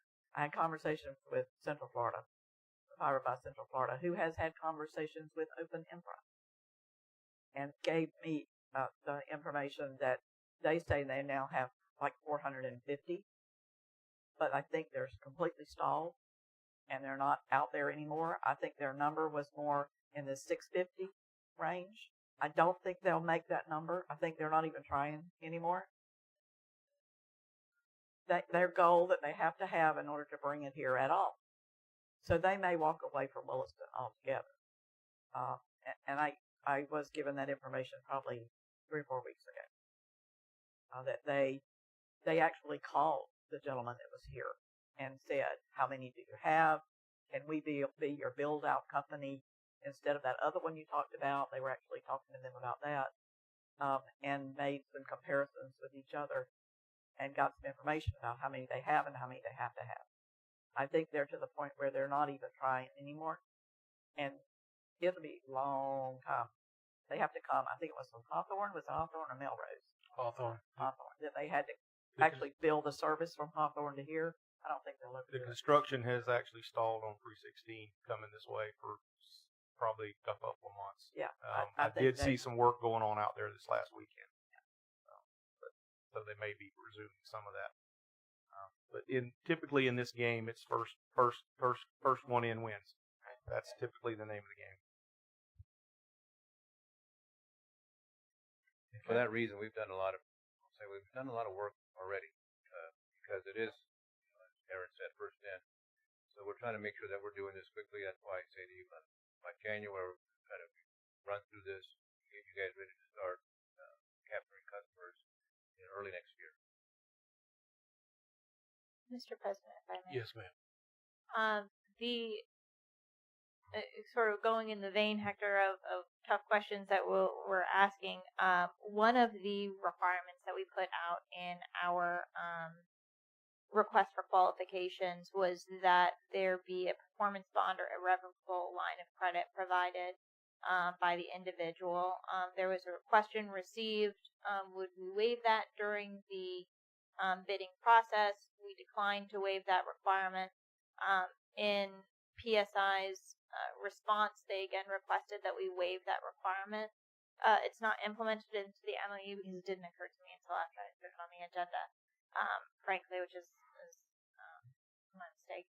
But I would like to see some language in there that does not require the city to pay for the IGA if PSI does not offer a contract with a performance bond or irrevocable line of credit.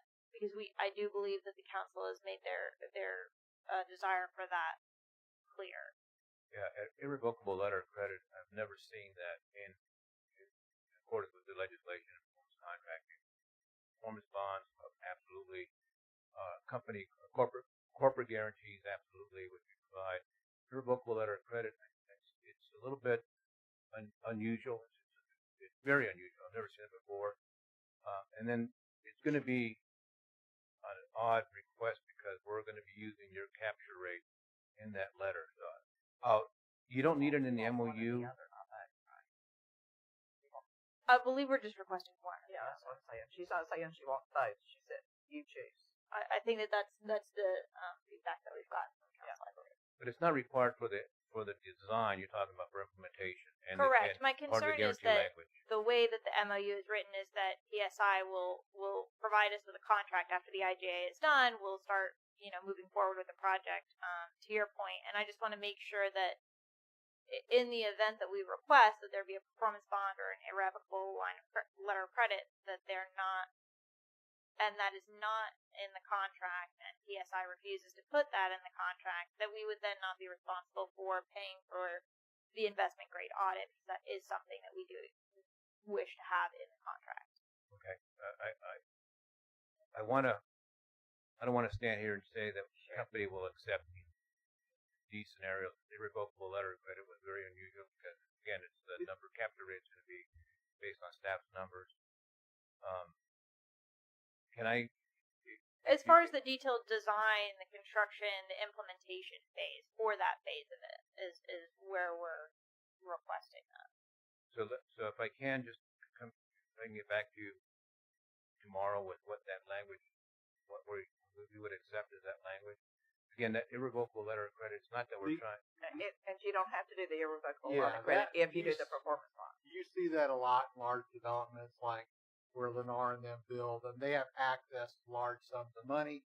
They don't want to put up a bond. They'll just give you an irrevocable line of credit during the course of the development of the project that they're doing, and when upon completion and signed off, that line of credit goes away. Right? So we do corporate guarantees all the time for these projects. So let me just go back. You do, but when we talked about this one, this is slightly different in the sense it's not like AMI, where we pick a number. So even though we reference the Florida State statute in here and the performance of that statute, we're still saying that there's that little gray area in there. We all have to agree this is going to be our return, and if we don't get that return, there's really nothing to hold you to the standard of giving us the money. I mean, am I getting that right? I'm not sure, and I wasn't following that. Well, and I wasn't either. So we were. The guarantee is not there.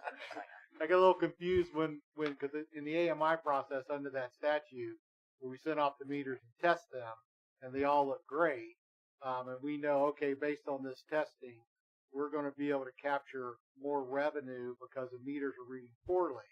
And then you give us that guarantee that if we go with the AMI system and change all our meters, we will make that money to cover the cost of the loan to bring in the AMI system. If you're wrong and we don't make that amount of money under the AMI performance under the Florida State statute, you have to make up the difference. According with the statute, absolutely, right. we do. And that's well, what about this? This is not what we're talking about here. So, Kirsten, if you're going to put this in the MOU, can you just copy and paste the guaranteed language from the statute and put that in there? Because again, I don't think there may be a letter. What do you call it? Letter of credit? Irrevocable line of credit. Yeah, I don't think that's in the statute. That's again unusual. But if you just copy and paste that language on the guaranteed language from the statute, put it in there, that's easy. So just the irrevocable letter of credit is one that just throws me. I've never seen it.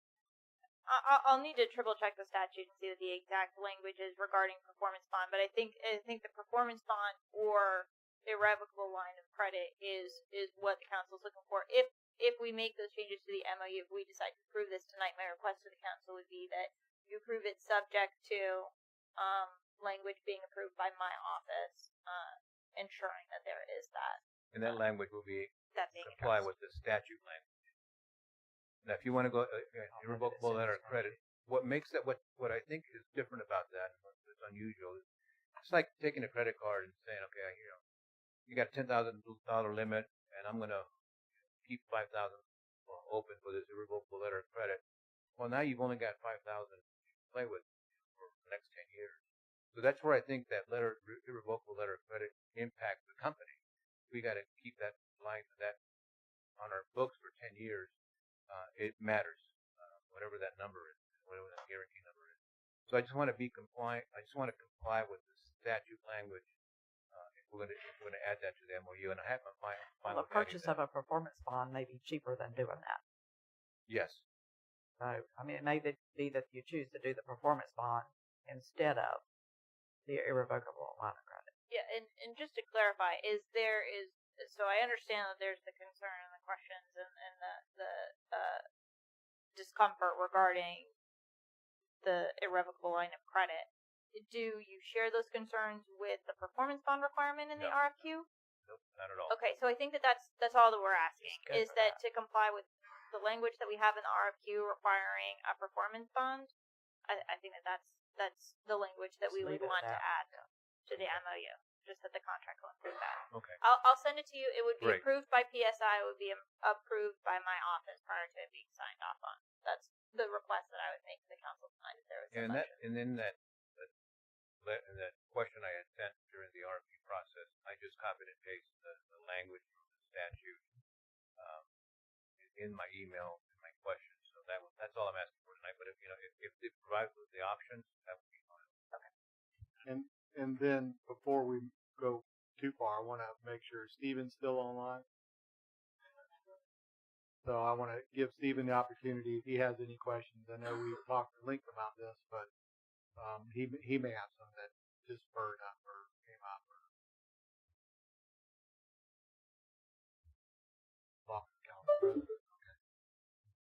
Can you hear me? Yes, go ahead, Stephen. I think most of my questions have been answered. But I was curious, and again, not being involved with all of this, the 256,000 amount. Is it possible to do that in phases, so that there's a phase one, and then after each phase, there's a decision point about proceeding with the project, or is that already built in somewhere? Yeah, if you're going to go with phase one, that's covered. And you don't have to worry about that being paid. That'll be paid by the phase one cost, or the funds that are put into the escrow account. Did I answer your question? So there's Not really, because it seems like there's parallel decision points running through this project where you have the engineering work going, and then you have this discussion about calculating what is the right, for lack of a better terminology, break-even point for the city.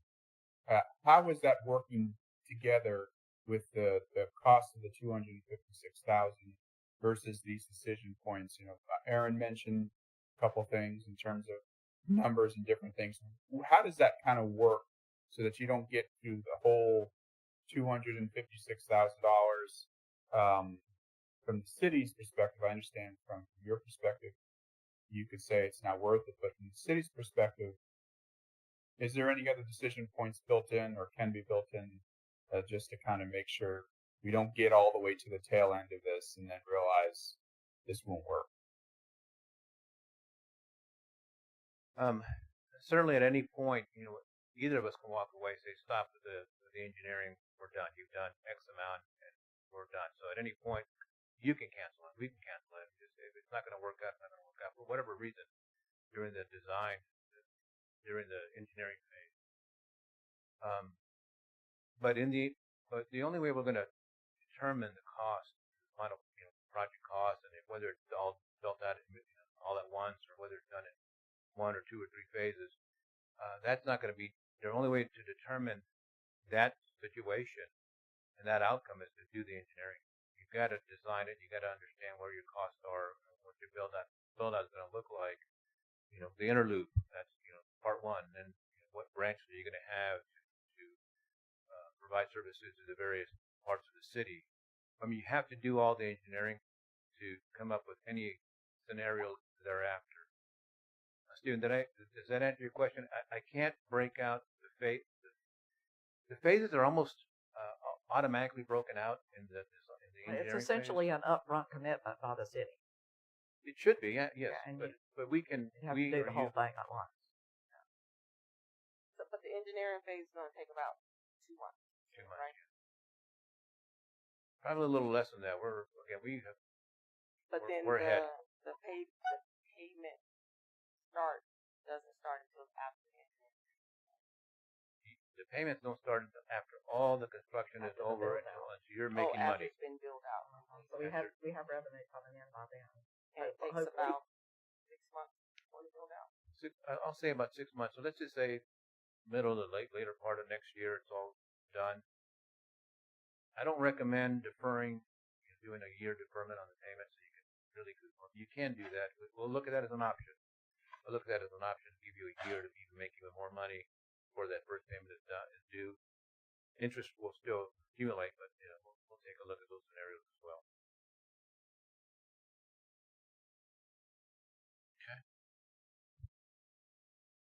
And in this engineering and the professional grade audit, we will be looking at this.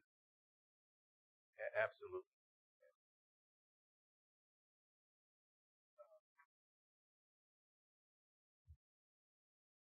And then we're locked in on that 10-month payment.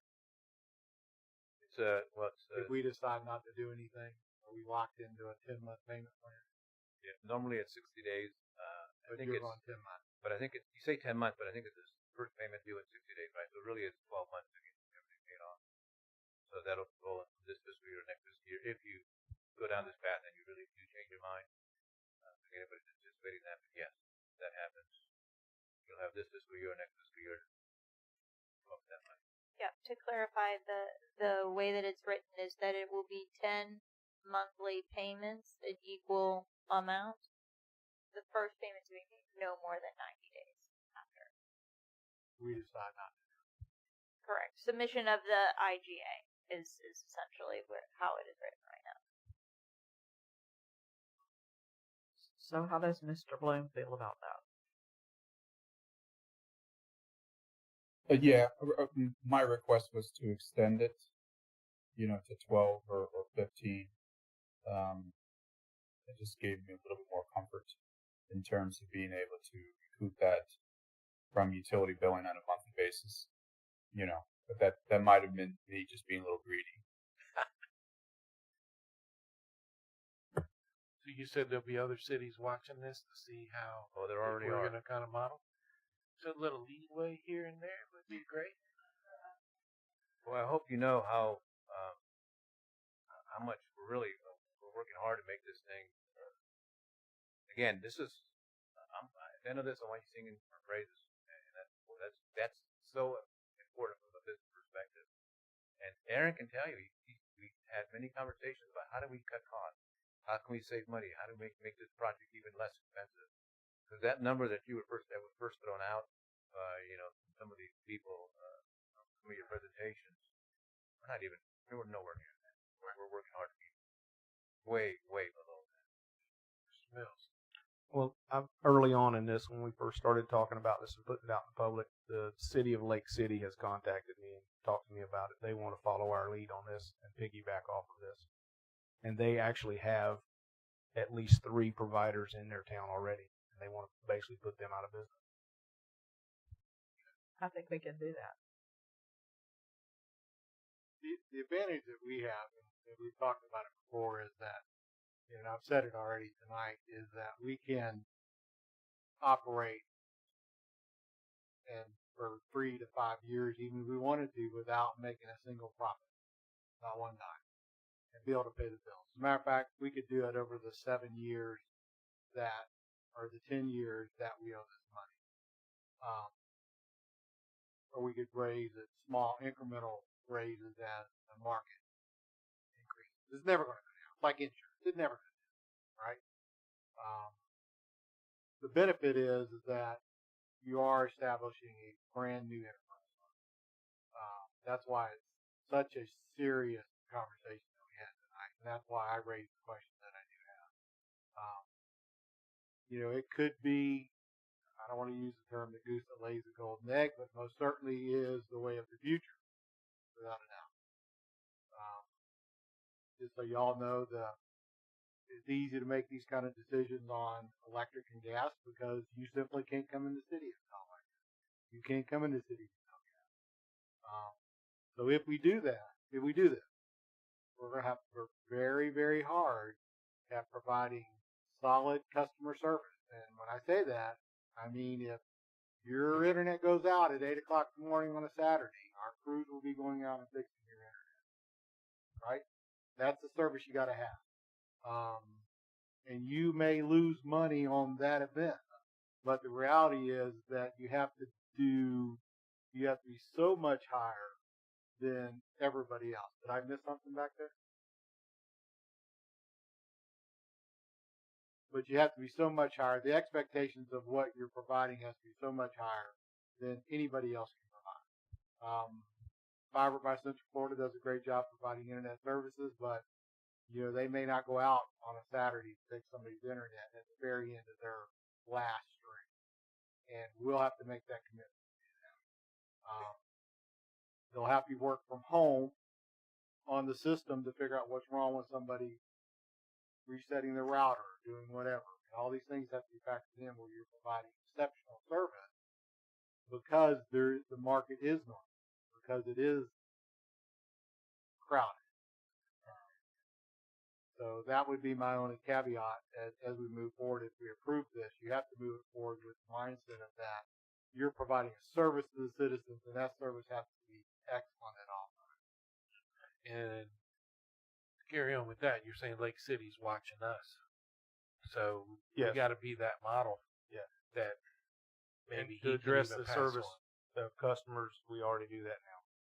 I've been here at 10 o'clock at night getting phone calls from a customer, and I show up in 40 minutes to fix this stuff, fix their internet.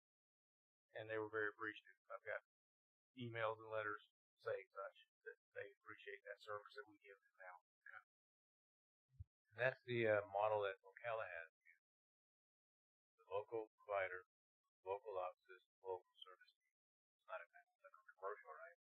That's what you're going to be able to provide. And these folks that are coming into your city that want to offer it, they're not bringing in service tech to live and work in Williston, where you already have that. You've got a pretty strong advantage. Mr. Fuller, please state your name and where you're from, sir. Albert Fuller in Williston, Florida, although I'm not required to do that.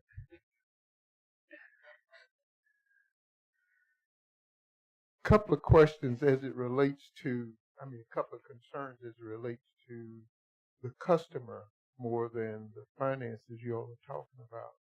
In terms of customer, we're talking about potentially building out some areas well before the others, or never building out some areas.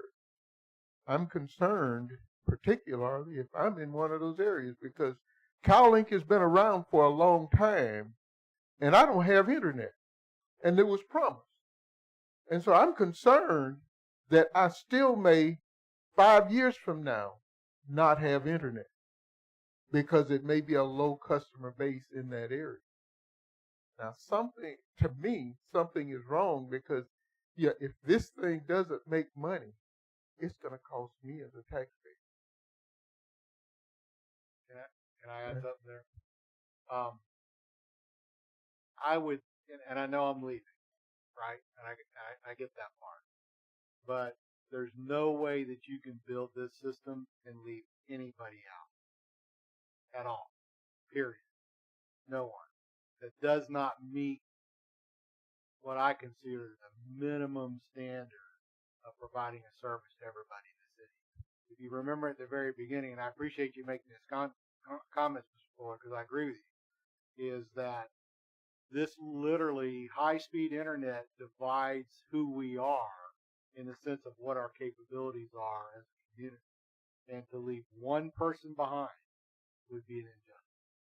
And I've heard the fact that tonight that the areas that have higher customer base will be prioritized. I've never heard that. This You is didn't the hear first. that from us. Yeah, that's the first time I heard that in the presentation You did. tonight. You did, but that's not from us. I would never agree to that. So And I would just say CalLink is very limited because of the line of sight. it There are doesn't ma- so many people that can't get it because of the trees. it doesn't matter why, Uh, but I've been promised internet, and I haven't been get. And when it was being sold to us, that was never mentioned. And now, It's definitely line I'm of sight, still though. waiting for internet, and actually don't have it. And I don't want to go to one of these satellite things like. Basically, when I got fiber by Central Florida, it was a world of difference between I had satellite internet, and it really stinks. But I don't want to wait a lifetime to get internet. I hope you'll take that. Central Florida. At my farm office, yes, I had fiber. But not at your home. Not at my home, because they're not in.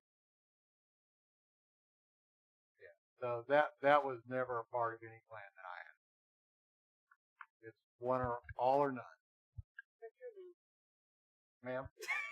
I am, yes. If yes. it's any consolation, it's part of the plan. Yeah. Period. It's the whole entire city. You know, and I don't want to delay this, but I drive this message home when you see children and their parents sitting by our library to get on the internet there to turn in their homework assignments, and it's ridiculous, and it's not fair. That concerns me greatly.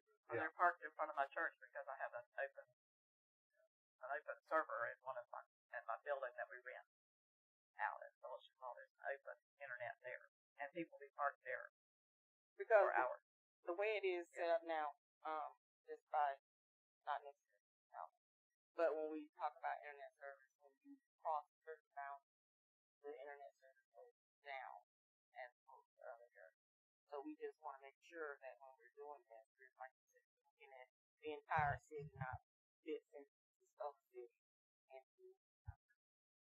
the last thing is related to cost. Have we figured a cost for this? Well, we can't figure the cost till we do the engineering. So we don't know a cost. Well, of course we don't. We have an idea, but we don't have a cost Are until you the referring engineering's to done. the per month cost to the Per month customer? cost. Oh no, that we're shooting for a $50. I'm sorry to say you a month. did make a proposal that had a dollar amount in it. Yeah, I thought you meant the cost of the project, not the cost of the consumer. Sorry. And Nobody can touch that rate. Well, except fiber busting. Yeah, it's They, right at the same. they can't get close to that. They don't sell it at $50. They said it before. I got it. I'm going to give you a Really? gigabit internet for $50 a month. Yeah. I'm giving you a gigabit internet for $50 a month. Yeah. Yes. We're trying to get the same rate. Same rate with Yeah. triple the internet. Yeah, and no install, No contract. no contract. No contract.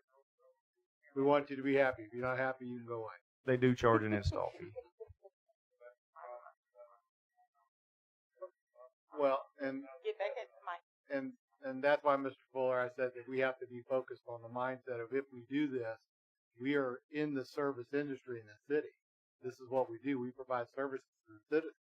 And we have to have the mindset that if we launch this program, which will be an enterprise fund, which we run out of utility, is that if we have a problem in the middle of the night, we need to do everything we can to resolve that problem. If it's hardware, we need to come out the very next day. If I have to pay overtime to make that happen, then we will. I mean, people have to understand that we're going to give you the best internet service there is by far anywhere. That's my hope as well. Yes. So in order, because right now Aaron's just here. Thank you, Mr. Fuller. Yes. Yes. So in order to make sure that we can provide this service, Yes, that's included in this whole plan. is it included? Okay. Yes. It's on page 6. I apologize for having introduced the phase discussion and just one of the scenarios that I wanted to provide you. Fuller, I do think it's far more cost effective to do citywide. hopefully we can do that. And the economy of the scale just hopefully dictate to do it all. Mr. Mayor. Thank you, President Cox. Hector, you have heard Mr. Fuller and I believe Counselor, whatever they are. Vice President. But I'm telling you also, I would advise if City of Williston is going to go into internet, go into internet. Don't just beat around the bush. And Hector was struggling, trying to find ways to mollify you as far as what it is that you're willing to pay. The fact is, I've been trying to get internet from the City of Williston for well over 10 years, maybe 15. It only took me 10 years to get gas from the City of Williston. So now I can get internet from the City of Williston, but I signed up with whoever they are, Open in one day. I don't care who they are, because they came to us. They actually came out, and now we're saying, oh, we can't advertise because we can't guarantee we're going to have it. Well, now you're all telling me that they don't have any guarantee that they're going to pull out because they didn't get the customer base. So why are you so tiptoeing around the same issue that no one else is? If you want to do internet, go do internet. If it's good for your city, it's good for your city. If it's not, leave it alone. Thank you. Goodbye. I think once we get step by step like we're doing now, this is a big step. If we do this, if we agree to this, it will be when they can go out and say, we're on target for 6 months from now. Okay. That's what they've been doing. They make a post after every decision they make. You going to make a motion? I'll make a motion. I make a motion that we approve resolution 2024-128 with the additional wording from Ms. Blue. Can I get a second? We have a first. We have a second. Do we have any other discussion? Anybody out there? Okay. All right. Seeing none, move to vote. All in favor say aye. Aye. Aye. Those opposed? No. It's passed 5-0. Thank you.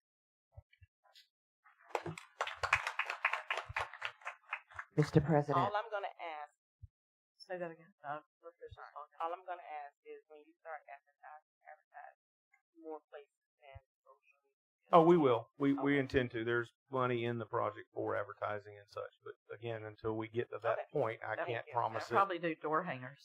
I can't promise it to people without knowing we're there. Right. And that's where we're at. And when I asked that question, it wasn't for a promise. It was more of a polling of people to say, if we have this. Well, that's already been done in 2 other studies, plus the pre-registrations we're having now. That's kind of what that's about, is to get a number and to get an idea. Okay. Mr. President. Yes, ma'am. Can we please take a 5 minute? Yes, ma'am. Just to stand up and stretch.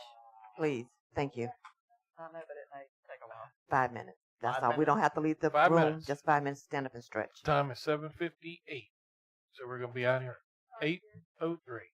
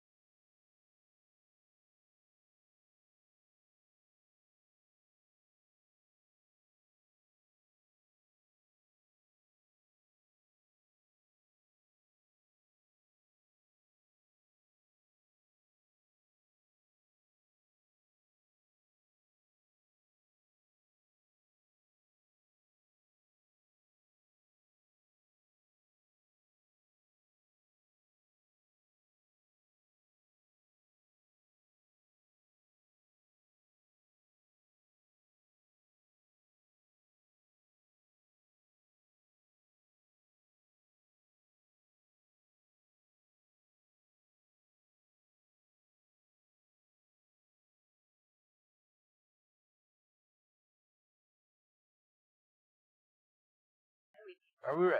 All right. One of my favorite topics.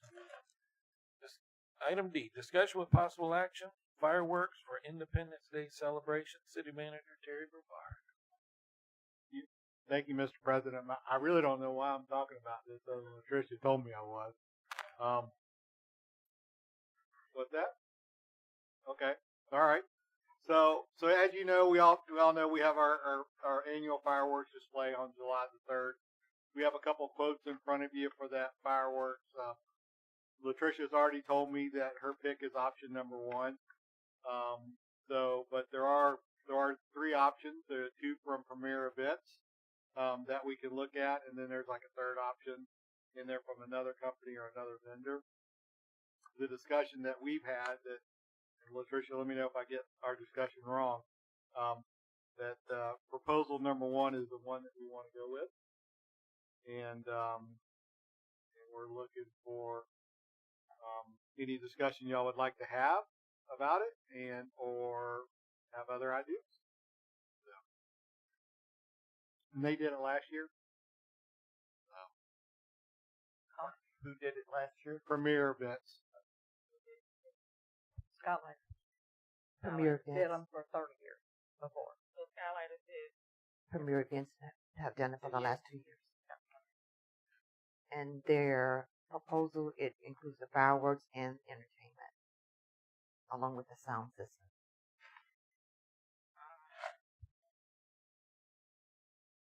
I, for one, would like to go back to Skylighters.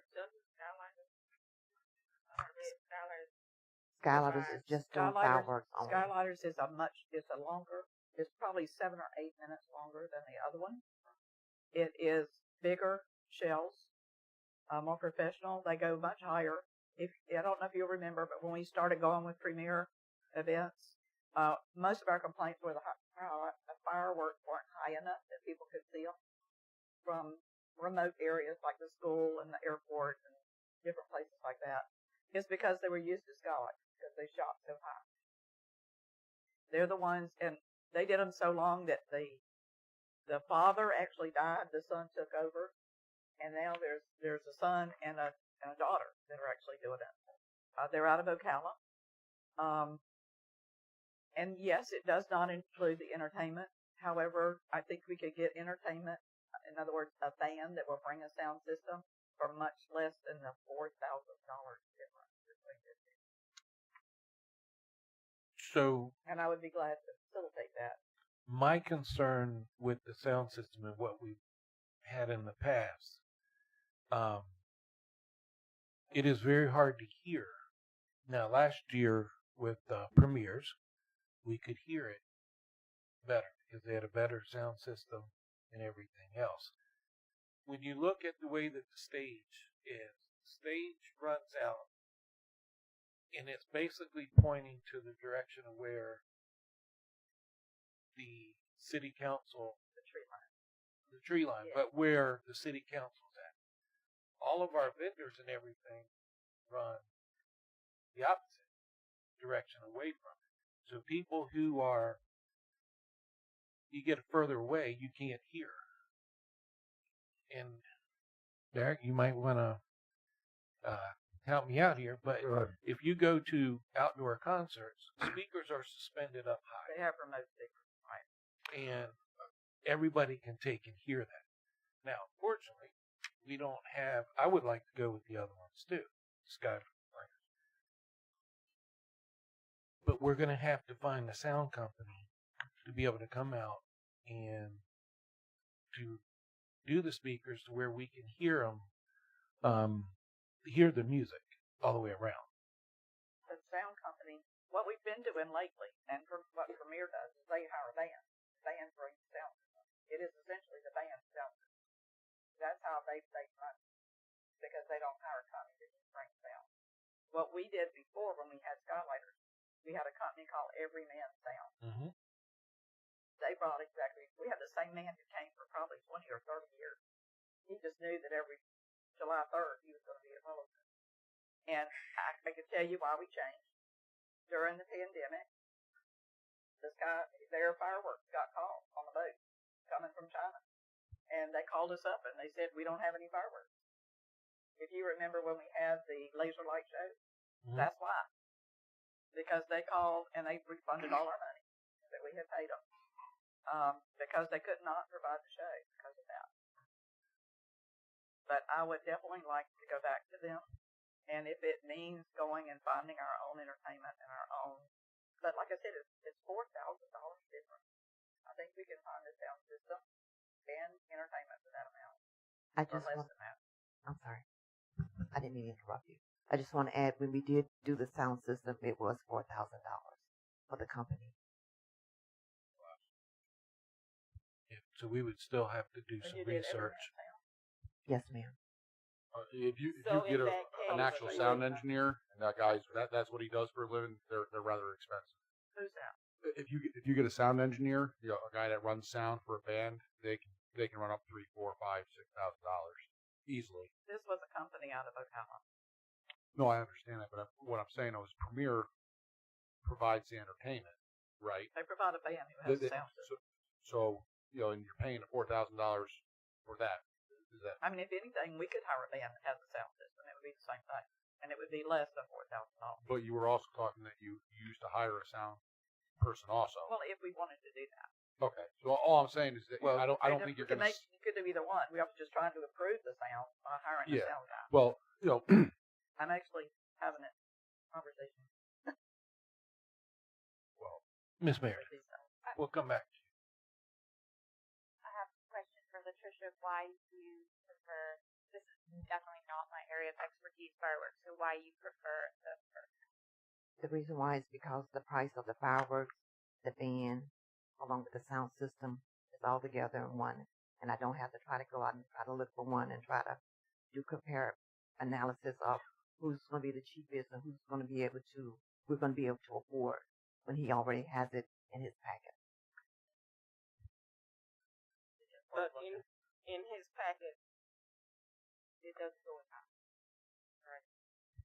He made them higher last year. They were much higher than they were the previous year. If you read the comparison of the shells and the quality of the shells, you can see a much different show. And even the duration of each segment. But I mean, I agree. But I agree with like Derek was saying. Generally, when you hire the sound company, it's all top-notch equipment that they bring, and they have a sound technician that comes to it. This knowledge is based upon somebody who's been to many concerts, indoors and outdoors. The higher you can get the speakers, the farther back the people will hear. And is this not something you can do? And last year, Negatory. last year and even the year before, you couldn't even hear halfway to where our tent was from there. You're only going to get so far. Higher the speakers, more you're going to get where people can hear it. Because right now, the only people that really, in all honesty, that hear it are probably within about the first 40 yards. Are you talking about what Premier or the other? Yeah. Well, yeah. I didn't went around. And what they had too was they had a snake, the cord, they call it a snake, that runs way out. Yep. That's with all the connections. With all the connections. They have a soundboard that's way out there. Yep. Not under the pavilion, with next to the stage, is what we've had the last 3 or 4 years. The snake and the soundboard are way out there. Right. And they could hear and know when it needs to be adjusted. Just like when we were having the Lee County Fair, and it was an outdoor event. It's a totally different sound setup than it is when you're indoors. And you do we required the sound system that we hired then to have a snake so that they could set up the soundboard way out back there so they could tell what's going on. Well, a really good sound company will always come. Well, they know how to set it up, and they'll have all the right equipment. Miss Litcher. I was just going to ask you. Ask me what? You agree with option 1 as well? Can you tell us why? Because I think you've been around. Even though you're going to be gone. Yeah. Correct. Yeah, even though I'm going to be gone. well, I'm going to make the clerk mad, but you know, it does require a lot of work to put this thing on. She works very hard at it. It is easier to hire one company that does it all. I'm just going to personally say, do I believe that the fireworks display last year were lacking in duration? Yeah. I was surprised when the finale occurred. I don't really hear much anything anyway, so as far as the music goes, I really didn't know. But it will create more work for the city clerk to do that. But Miss Deborah volunteered, and so you know, it is a lot of work to put it on, and she takes it on, you know, by herself. But now this year, Miss Stacy, Miss Stacy, Can you wait? How much more are you all willing to amend the budget to accommodate the extra? Hmm? We only have 18,000. Well, you're shocked. They brought me something that's 22 something. Okay. The other one's 18. That's what I'm going to get. And then we still have to get the music and the sound system. but we would have to increase the budget by 4,000 anyway. To Yeah. accommodate So I'm just asking, so we'll know what we'd be looking for.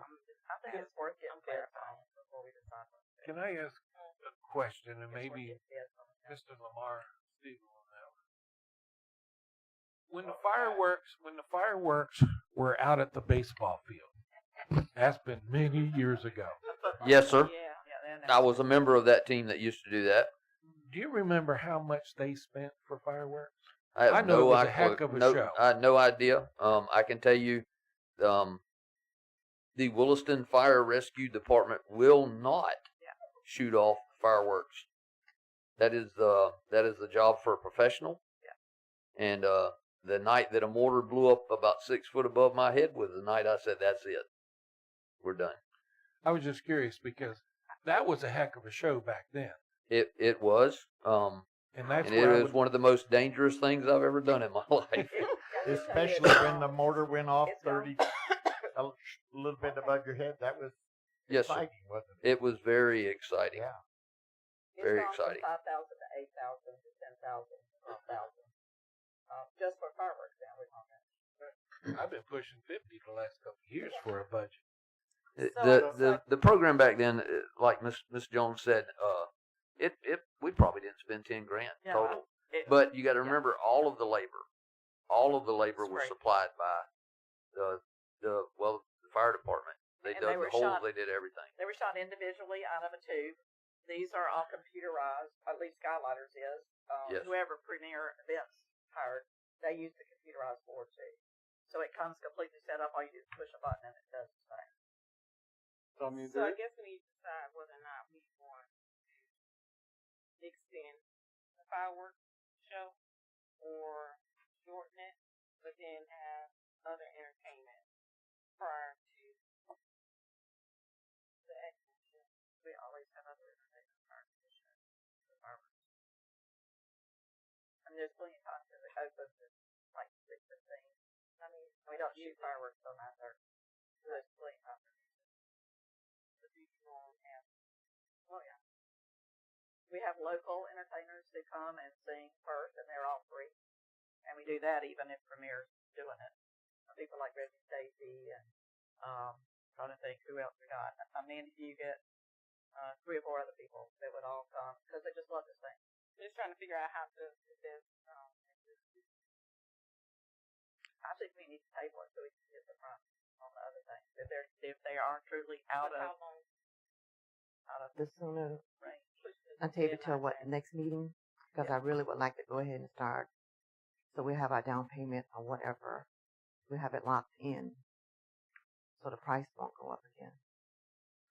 Could we also do maybe a hybrid version where I think we're happy with the Sky, y'all are happier with this, the other company's fireworks display. Yeah, I've never seen theirs, so to be honest with you. It's beyond, it's no Yeah. comparison. And then, maybe we could maybe have Premier Events do the other stuff if you want to, if they're willing to do that. There's an option to not do that. That way, Got to have the fireworks company doing their thing and Premier Events doing theirs. Just a thought, or maybe So- we get some numbers for it. I don't know. Let me ask this question. If we've gone with Premier for the last year, in order to put the event on again, you have to inquire with several different companies, or did you just have gone back with Premier? Because I believe I saw an email from Skyline, who was a little upset because they had to do a whole lot of work on it. We would still have to have, Have to do more than one. That's well, what we'd have to have preferably 3 Okay. quotes, because it doesn't go out for sealed bid because it's not over 25,000. So anything below that, then obviously we would need 3 quotes, and maybe we ask for 3 and only got 2 people return quotes. That does happen often. That's what I was. And also, Premier cleans up. Correct? Do they? I thought I read somewhere in They- there they where do- they they do some of their own cleanup. They do some. Yeah, well, I'm not saying they clean the entire park, but Yeah, they do put clean it- up. They clean up their area. Yeah. Is what they clean. The pavilion area. They clean up the whole. Okay. Well, I've seen it afterwards. I know you have to. It is pile of trash everywhere. Oh, I mean, obviously we have trash. So trash obviously around, you but- can't take it away. It's just even the trash cans that we have are overflowing and all over the ground. What normally It's just happens the best is, we can do. is that they clean up whatever they can the night they're there. We celebrate the 4th. Excuse me. We come back on the 5th. Right. Same with our staff. So can this be tabled until we get an idea of what the 50-50 option would look like? Personally, I don't think if I was in the business of it, I would not do that. I would not have a competitor coming in and sharing the spotlight. All the other events he doesn't do fireworks. So we might, but I think he would charge us more than what the entertainment and sound system cost. So it should be asked, who's going to be the one to get these other folks to decide related to, or is that going to be put on the trip? I'll help you. I mean, it usually is, but if you need to call people around, I can certainly do that. Yeah. I would help you because I think maybe if we, because I told you I could call K Country and find out who they use when they do their outdoor events and their concerts. Maybe a partnership with them to where maybe they can supply get them to supply the sound system in exchange for letting them advertise and so. But Like the I'll be glad to help you with that. It needs to be back on the agenda. I will help.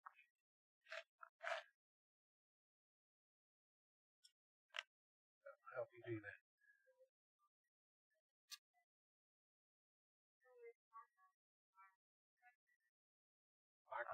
Skylighters Amount is, of minutes Skylighters it is 20 minutes. No place is you're not going to find a sound system or a company to run sound for less than $4,000. So tabling it for 2 more weeks to have the same conversation when we could just vote about it. It makes no sense. I'm voting on option 1 for the. Okay, well that's great. There's 5 of us here, so we can make a vote. Why are we going to drag it out for 2 weeks? You gonna make a motion? Yeah, I make a motion to approve option 1, but there's not a resolution 3, so I just Okay. say I make a motion to approve option 1. Yeah, and just to clarify that $22,000. Premier Events. Yeah. I would bring back a resolution in conformity with that.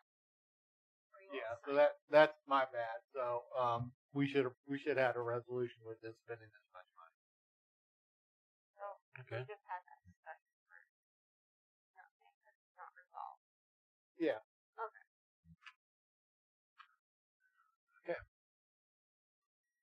So in 2 weeks, we will have a resolution related to this subject, and in the 2 weeks, Mr. Cox and Ms. Jones and Ms. Scarborough, what, did I say that right? Will, look into the. Just briefly, Yeah, if I go ahead. Honestly, do what she said. if I may, super briefly, you don't have to have a resolution to approve it tonight. That's generally how you all like to practice. It's not a requirement. Just to clarify. So I could, in order to formalize it, you could approve it tonight. I can bring back a resolution that's already been approved in conformity with your vote tonight. So you don't have to wait for the resolution and then I can put something together that's in conformity with what you all tell me. It's just your standard practice that we generally bring you resolutions, but it's not a requirement that you have a resolution.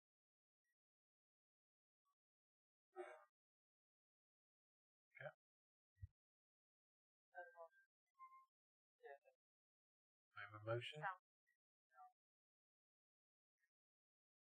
I'm very excited. Sorry. I cannot second it with the comparisons of the shows. And I care about the show. I want to try to price something. Okay, so we have to amend. We're going to need to increase the budget. Yes, because we're looking to hire a sound system, sound Mr. company. President. Yes, sir, Mr. Did the Mayor. motion fail for lack of a second? Okay. It was Motion just failed. not clear. For lack of second, we would just readdress this at the next meeting.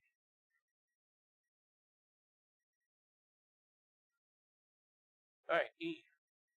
Discussion with possible action, reclassification and transfer of supervision of the fire inspector / acquisition manager, Brooke Willis, human resources, Terry Brevard, city manager, So, fire chief Lamar Steve.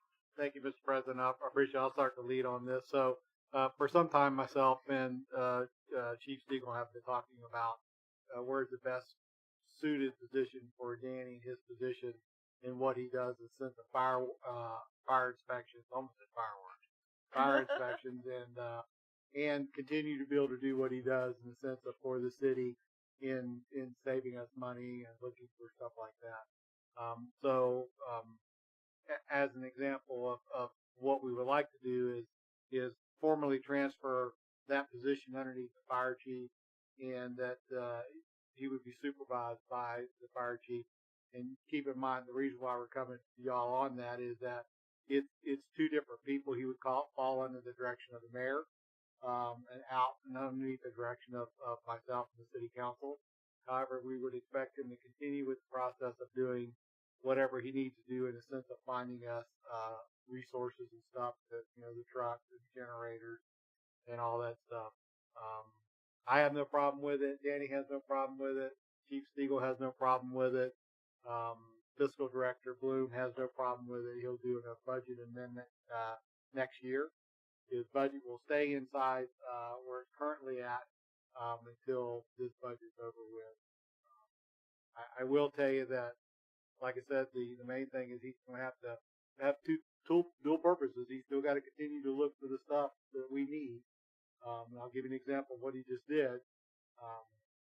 Danny just acquired 24 10,000 kW diesel generators that have roughly about 250 hours on them each for a cost of $500 each. That's getting them here and everything. That is absolutely unbelievable. And our goal is to put these generators in the lift station so we don't have to run around and hook them up to the truck, the generator, pump them down during storms, stuff like that. And we'll be able to keep the system up and running. To give you an idea of what the cost is, I don't know, we paid $12,000 for them, and this would cost you $240,000. So far, every one of them's cranked up more, right? Some of them need batteries, but so far they're rock solid. So we can't lose that aspect of what he does and what he's done with finding us vehicles for the city. But I think he would be better suited, supervised by the chief when it comes to fire inspections and stuff like that. But we wanted to be transparent about it, come to y'all, see what you think, and see if you're okay with it. Sounds for good. clarification, nothing will change related to his position. Only thing that will change will be the department that he serves under. Yes, ma'am. He's still going to be tasked with finding those things that he needs. And he does that already. He finds things for all departments within the city. He doesn't just work for me and look for things that I need. He finds vehicles for everybody. So he's very good at spreading out, what the needs of the city are and how to find those needs. Yes, he continue with that. Okay, sounds good. So, Ms. Baloo, do So is this we an agreement or just motion? Motion would be okay. I make a motion that we agree to the reclassification and transfer of supervision of Wallet. as stated. Do I have a second? All right, have a first, have a second. Any other discussion? All right, seeing none, move to vote. All in favor say aye. Aye. Aye. All opposed? No. All right, passes 5-0. All right, item 7, public participation. The second opportunity to address the council. At this time, anyone in the audience can come to the podium and speak for 5 minutes on any topic other than what's on the agenda.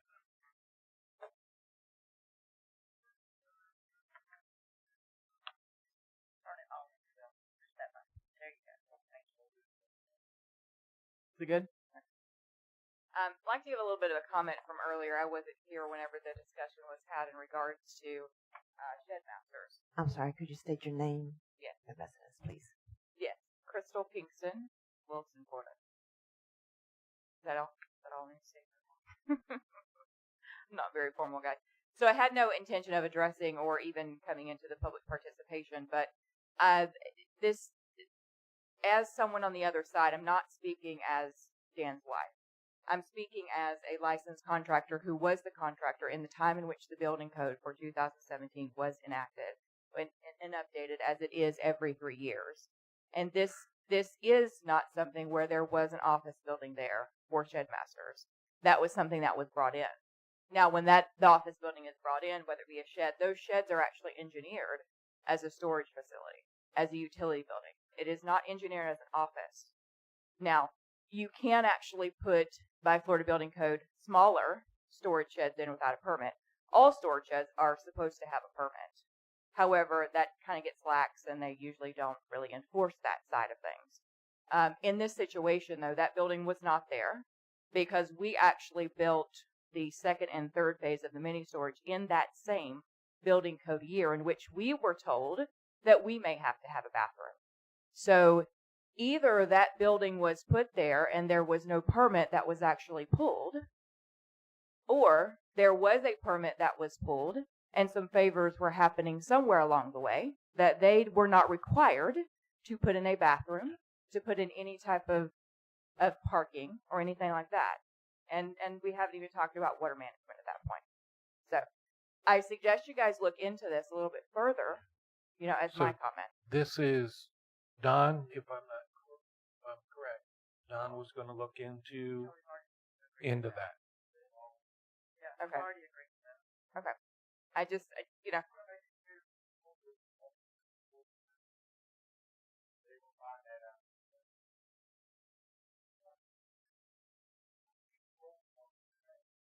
So when this business is done, are we going to go looking at another business?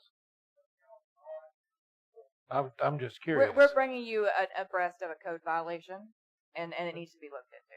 The paperwork's already been filed as far as that's concerned. So that's obviously you guys, but I don't know anyone else in the. And I tell you this over a factor that it would have happened again 3 weeks ago in the county, in which shed masters decided to just throw some buildings on a piece of land, and it's again a code violation. So this has happened once, and it was about to happen again. So this is a consistent, recurring problem with what's going on. So thank you for your time. I appreciate you taking a look. Okay, thank you. Announcement. Staff?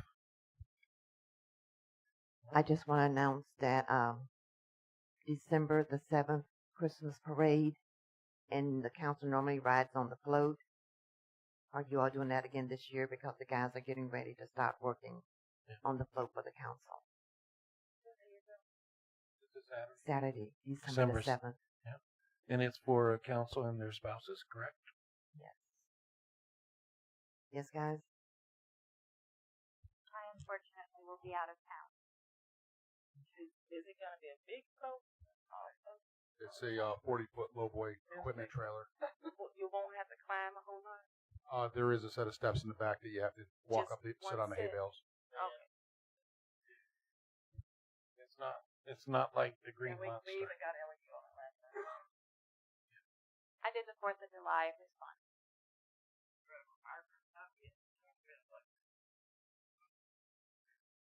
All right, Mr. Mayor.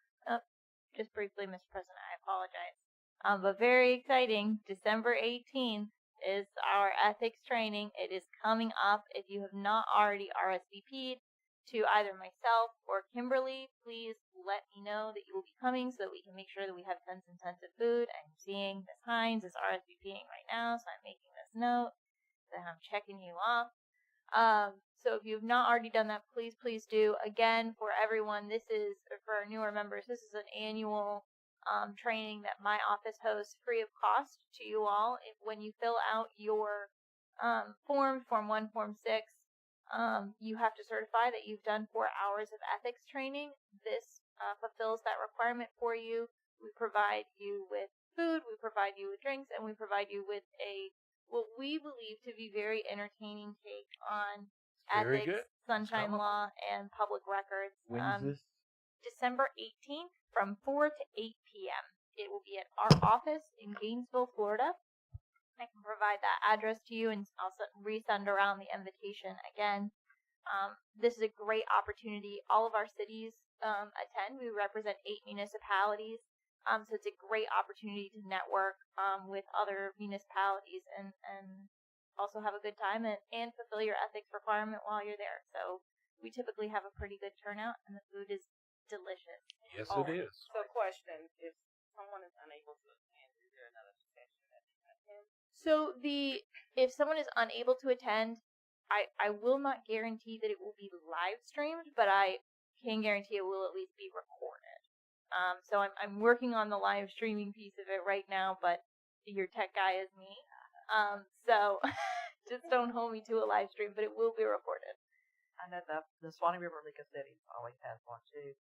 And I think the last one they had, I can't remember, they had one in Chiefland, but I think they also had one in Cross City. And I've seen it. Just check with the those that may not be there. Yeah, I've seen it this year.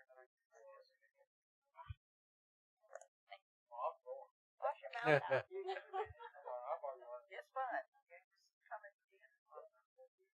They make it entertaining, and I've taken it remotely over Zoom, and it's horrible. We just sit there and kind of go, oh. But they make it very entertaining. Yeah, we get credit because we're there and we listen to it. But they make it so much more entertaining. They give you great videos to watch about things people do that are not ethical. That really sticks with you. We try.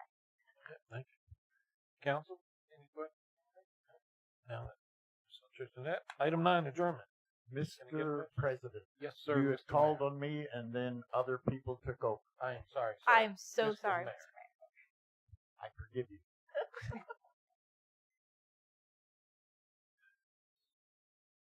For those of you that are unaware of it, I am a combat veteran, and I have PTSD. And for many years, when I was called by the wonderful clerk that we have to come to this event, I would go to this event and I would do the things in the beginning and then try to get out of there before the fireworks. I'm not going to do that anymore. I'm going to just stay away. I want you to know before you think about asking me, I'm not going to do it again. I am trying to recover some precious parts of my life, and this is an encumbrance to that effort. So thank you, and I wish I could, but I cannot. Totally respect that, sir. Are you talking about fireworks? Yeah. That's understandable. Thank you for that. Thank you. Anything else, sir? Move we adjourn. Second. We have a first. We get a second. Any other discussion? Nope. Seeing none. All in favor, say aye. Aye. Pass 5-0. All right. Time is